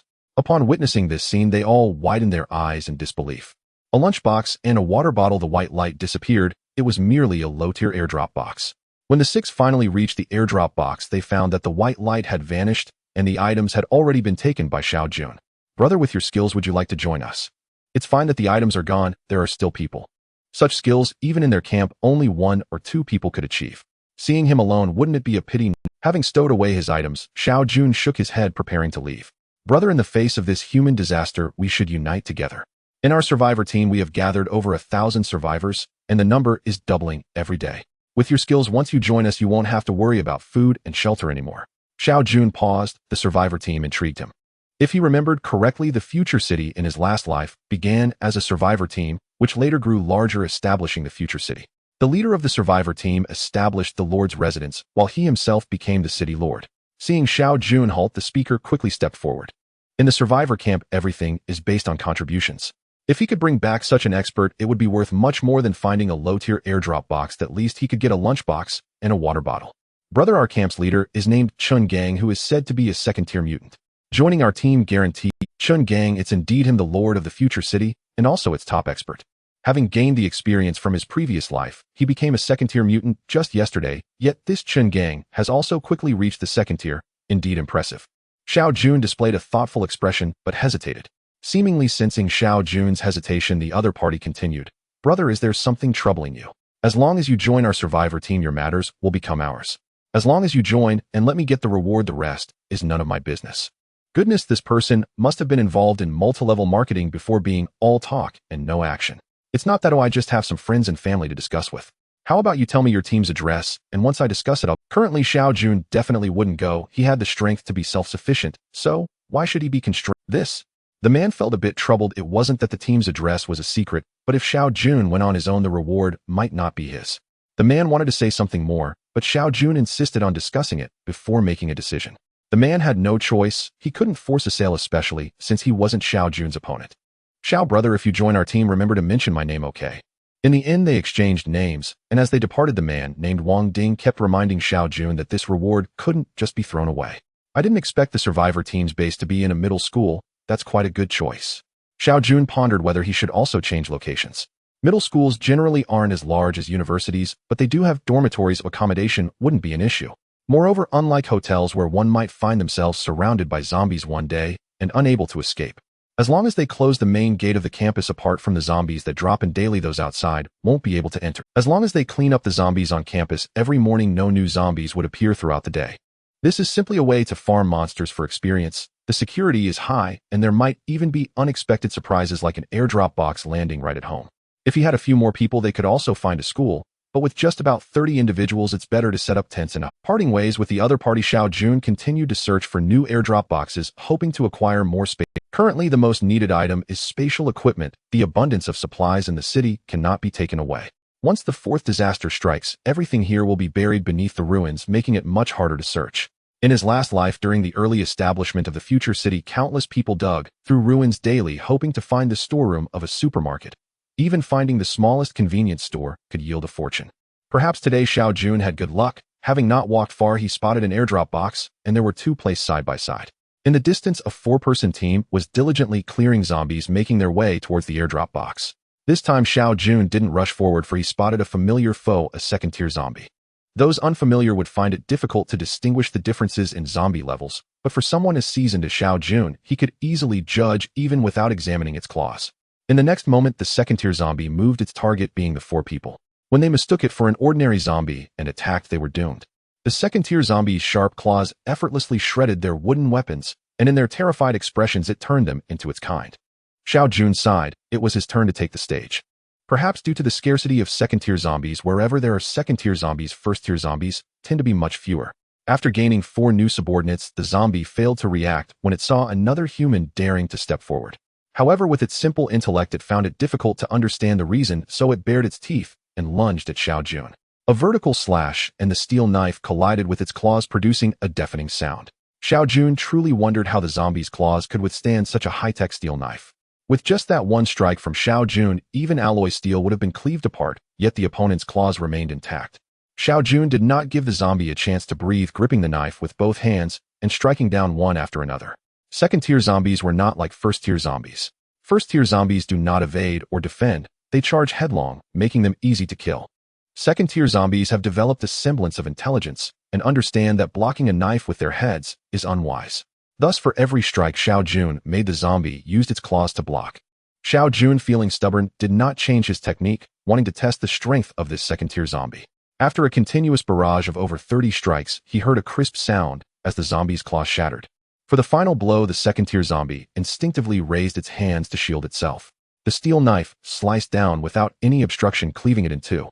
Panting, Xiao Jun leaned on his knife. The zombie's hands were truly hard. He realized he couldn't engage in such foolishness again, it was too exhausting. After resting for a few minutes, he began to collect his spoils. Of course, there were no second-tier mutated crystals. With his luck, it would be surprising if there were any. There were still 2 airdrop boxes nearby, and this was the first time Xiao Jun had seen 2 airdrop boxes so close together. Rubbing his hands vigorously, he opened the first airdrop box and found a steel knife and a lunchbox. Quite straightforward. Having a weapon was still good, especially now that there were more people and a shortage of weapons. It would be best to find both a steel knife and a dagger, so he would have options. As Xiao Jun thought this, he opened the second airdrop box, already having lost hope in his luck. It was still the same old lunchbox. Xiao Jun did not even look and simply stuffed it into his space. Following that was its old partner, a water bottle which he was quite familiar with.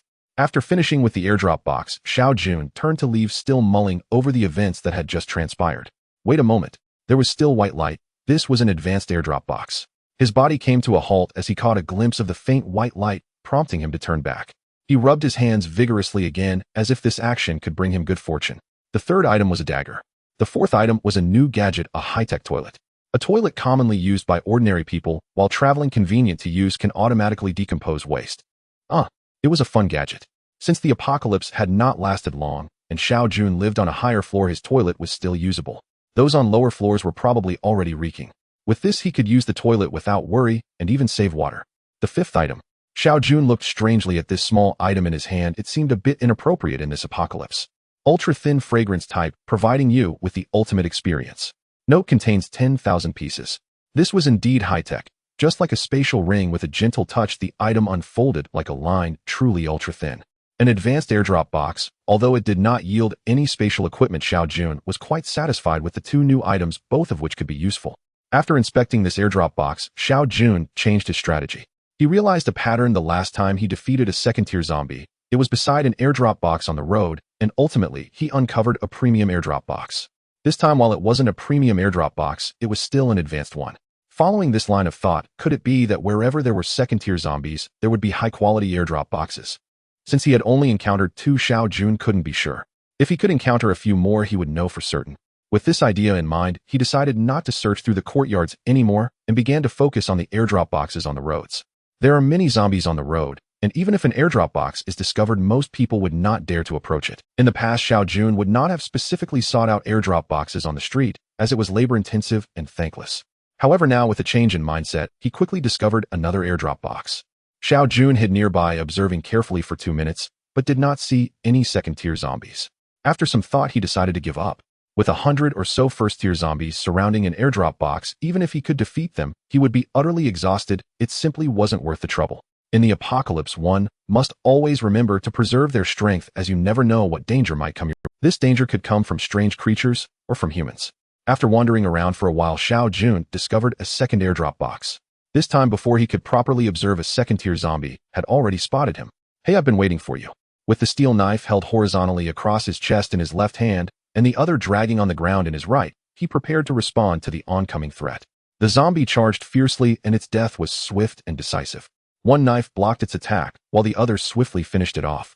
Second-tier zombies were nothing to be feared. Xiao Jun was pleased as he sheathed his knife, bent down, and felt around in the air. Second-tier mutated crystals, it seemed he would have to wait for Wan Qianya to arrive. Beside the airdrop box, there were still 7 or 8 first-tier zombies. Judging by their attire, they must have been the unfortunate humans who had ultimately fallen prey to the zombies. You poor souls, living is hard enough, and it's unfortunate that you became zombies after dying. I've avenged you, let me help you find peace. Xiao Jun chanted softly, yet his hands were merciless, dispatching each of them with a knife. Airdrop. Xiao Jun looked excitedly at the airdrop box before him. If his reasoning was correct, then this was at least an advanced airdrop box. The first 2 items were utterly mundane: a lunchbox and a water bottle. The white light persisted, confirming that Xiao Jun's guess was indeed correct. A steel knife, quite good. A ring, oh my, I finally found you. Space 500. Then a lunchbox. Are you kidding me? Xiao Jun grumbled, but found that the white light still did not fade. A premium airdrop box. I've finally struck gold. Xiao Jun's hands trembled as he pulled out 3 lunchboxes in one go. He still remembered the last premium airdrop box when he mocked Wan Qianya. He had not expected retribution to come so quickly. The 9th item, a talent potion. After use, there is a certain probability of awakening special abilities. Xiao Jun knew about these special abilities. Some individuals favored by the heavens would suddenly awaken special powers when they reach 3rd-tier mutation. Chun Gang, the Lord of Future City, was one such awakened fire-type ability user.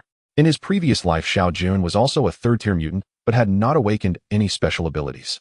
With this potion, could he awaken too? Forcefully suppressing his excitement, he knew he had to find a safe place to. There was still one last item. With this talent potion, Xiao Jun had little interest in the 10th item. He would be fine with whatever came next. What the heck, did I step in something lucky today? A jade green bracelet appeared in Xiao Jun's hand, yet another piece of spatial equipment. Still a bracelet. Space 5,000. Shopping mall. Xiao Jun did not eliminate all the wandering zombies in the mall, but quietly made his way to the basement. Indeed, there was a storage warehouse here. The warehouse door was tightly shut, indicating that no one had been here yet. At this stage, survivors were mostly searching supermarkets, and very few had space equipment. Most used their space for storing water and food, not wasting it on other items. Upon opening the warehouse door, a full warehouse of supplies appeared before Xiao Jun's eyes under the beam of his powerful flashlight. Betting let's take 50 sets first, and then 50 soft mattresses. If it weren't for the 5,000 kilogram space bracelet, Xiao Jun would have to think about it. 50 sets of bedding weighed 100 kilograms, and 50 mattresses were another 1,000 kilograms. Then there were 50 sets of cotton quilts weighing a total of 200 kilograms. Having a large space equipment is indeed beneficial. Xiao Jun did not blindly collect other items, as big brands before the apocalypse were worth nothing now. Lingerie. We can take a few. Let's start with 100 sets since they're not heavy. Speed shoes. That sounds good. He often heard people bragging about carrying them before the apocalypse. Xiao Jun wanted to try them out. Let's get 100 pairs and later let Wan Qianya try them on. There were also some other clothes and shoes from big brands that Xiao Jun symbolically collected. They would be a nice reward for the outstanding girls in the group. Cosmetics and skincare products also acceptable. Let's take some. In total, he collected 4,000 kilograms of items in this mall, mainly prepared for the girls in the group. That should be enough.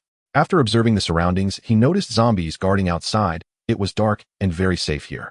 Xiao Jun decided to use the talent potion right here. He walked a little further and, choosing a slightly more comfortable spot where clothes were piled up, and sat down finding it. Taking out the talent potion from his space, it was a tube of light purple liquid that emitted an enticing aura in the pitch-black warehouse. Sitting cross-legged, Xiao Jun downed the entire potion in one gulp. The liquid had no particular taste, as it quickly slid down his throat. A few seconds later, Xiao Jun's mind suddenly felt warm, as if something special was trying to emerge. This sensation lasted for about 5 or 6 minutes. It wasn't painful, but felt quite awkward, like an itch in a place that couldn't be scratched. And then it was gone. Was that it? Xiao Jun felt a bit dazed. Suddenly Xiao Jun recalled the phrase about the talent potion having a certain probability. Damn it, could this probability be the penguin principle? Coupled with his inherent luck as an African, was it destined that the ability would have nothing to do with him? Xiao Jun was frustrated. Without an ability, even if he had advantages now in the later stages, having an ability would be worlds apart from not having one. But being frustrated didn't help. Xiao Jun sighed and stood up. Suddenly his head spun, and he collapsed again. This time, he directly fainted. Why hasn't Jungu returned yet? It's about to get dark. In the room, Wan Qinya walked anxiously back and forth, glancing outside frequently. Jungu is so strong, he will definitely be fine. Jiang Yu was tallying today's haul, while Li Jingyin comforted Wan Qinya from behind. No, I have to go find him. As it was nearing dark, Wan Qinya could no longer stay put. No. Jiang Yue, who was organizing data, looked up. In their dormitory, Li Jingyin was the most wild, Wan Qinya was aloof, and Jiang Yu was the gentlest and but strangely, in their dormitory, when something important happened, it was often Jiang Yu who had the final say, and everyone else obediently listened. So even though Wan Qinya was the strongest, now she still instinctively looked at Jiang Yue, not daring to argue. There's at most half an hour until it gets dark. You don't even know his location. Going out recklessly might mean not coming back. Jiang Yu continued, with your strength, if you're still out after dark, it's almost certain death. Jiang Yu had already stood up, moving her long, slender legs to Wan Qianya's side. You can only trust that. There was one thing Jiang Yu did not say. If something happened to Wan Qianya, she would have no guarantees. Xiao Jun's safety was her biggest reliance right now. If something happened to Xiao Jun, Wan Qianya would be her only reliance. In this apocalypse, with dozens of beautiful young women and a large supply of resources, without enough strength, they would likely be reduced to nothing. Wan Qianya understood this logic as well, collapsing helplessly onto the sofa. The sky had completely darkened, and the zombies outside began to stir. Occasionally, distant screams could be heard, the cries of humans who hadn't made it back to their shelters before dying. That night, Wan Qianya couldn't sleep. That night, Jiang Yu also couldn't sleep. If Xiao Jun died, the impact on their group of women would be tremendous. Xiao Jun, on the other hand, slept very well, though he felt a bit of pain at the back of his head upon waking, as if he had bumped it when he fainted. He took out 2 or 3 powerful flashlights, turned them on, and shone them around, finally feeling at ease. Still in the shopping mall storage warehouse, the surroundings were so quiet that even a needle dropping could be heard. Shaking his slightly dizzy head, Xiao Jun suddenly froze, then closed his eyes, as if he was comprehending something. After several seconds, Xiao Jun opened his eyes again, looking at a corner of the warehouse, which was illuminated brightly under the flashlight. In the next moment, Xiao Jun suddenly disappeared, and in the corner he had just looked at, he reappeared out of thin air. This was his ability, teleportation. He could teleport to any visible area 3 times a day. This information suddenly appeared in his mind, as if he had always known it. Teleportation, that's incredibly powerful. If someone were to fight him, suddenly appearing behind them, wouldn't he be able to kill them however he wanted? He could only use it 3 times a day, which was a bit limited, but if used wisely, once would be enough. If you are the world's enemy, then forget I said that. He put away all the flashlights except for one that he held in his hand, and prepared to head back.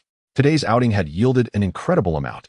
Pushing open the warehouse door, it creaked loudly, particularly jarring in the darkness, and soon Xiao Jun heard a familiar sound. It was the sound of zombies running. Damn, what was going on? Could it already be night? Xiao Jun considered this possible. It was only at night that such sounds would alert the zombies upstairs. Xiao Jun quickly stopped his actions. He couldn't make any noise, or it would attract more zombies. The zombies that had just heard the noise were drawing closer. A strong light shone out. There were only 3, thankfully. Afraid that the sounds of fighting would attract other zombies, Xiao Jun decisively used his second teleportation of the day. With one slash, all 3 first-stage zombies were decapitated. Sighing in relief, Xiao Jun returned to the warehouse, leaving the door open. As long as he didn't make noise, there shouldn't be any zombies coming in. Finding a comfortable corner, Xiao Jun lay down at ease. Now he could only wait until daybreak to leave. He wondered how Wan Qianya and the others were doing.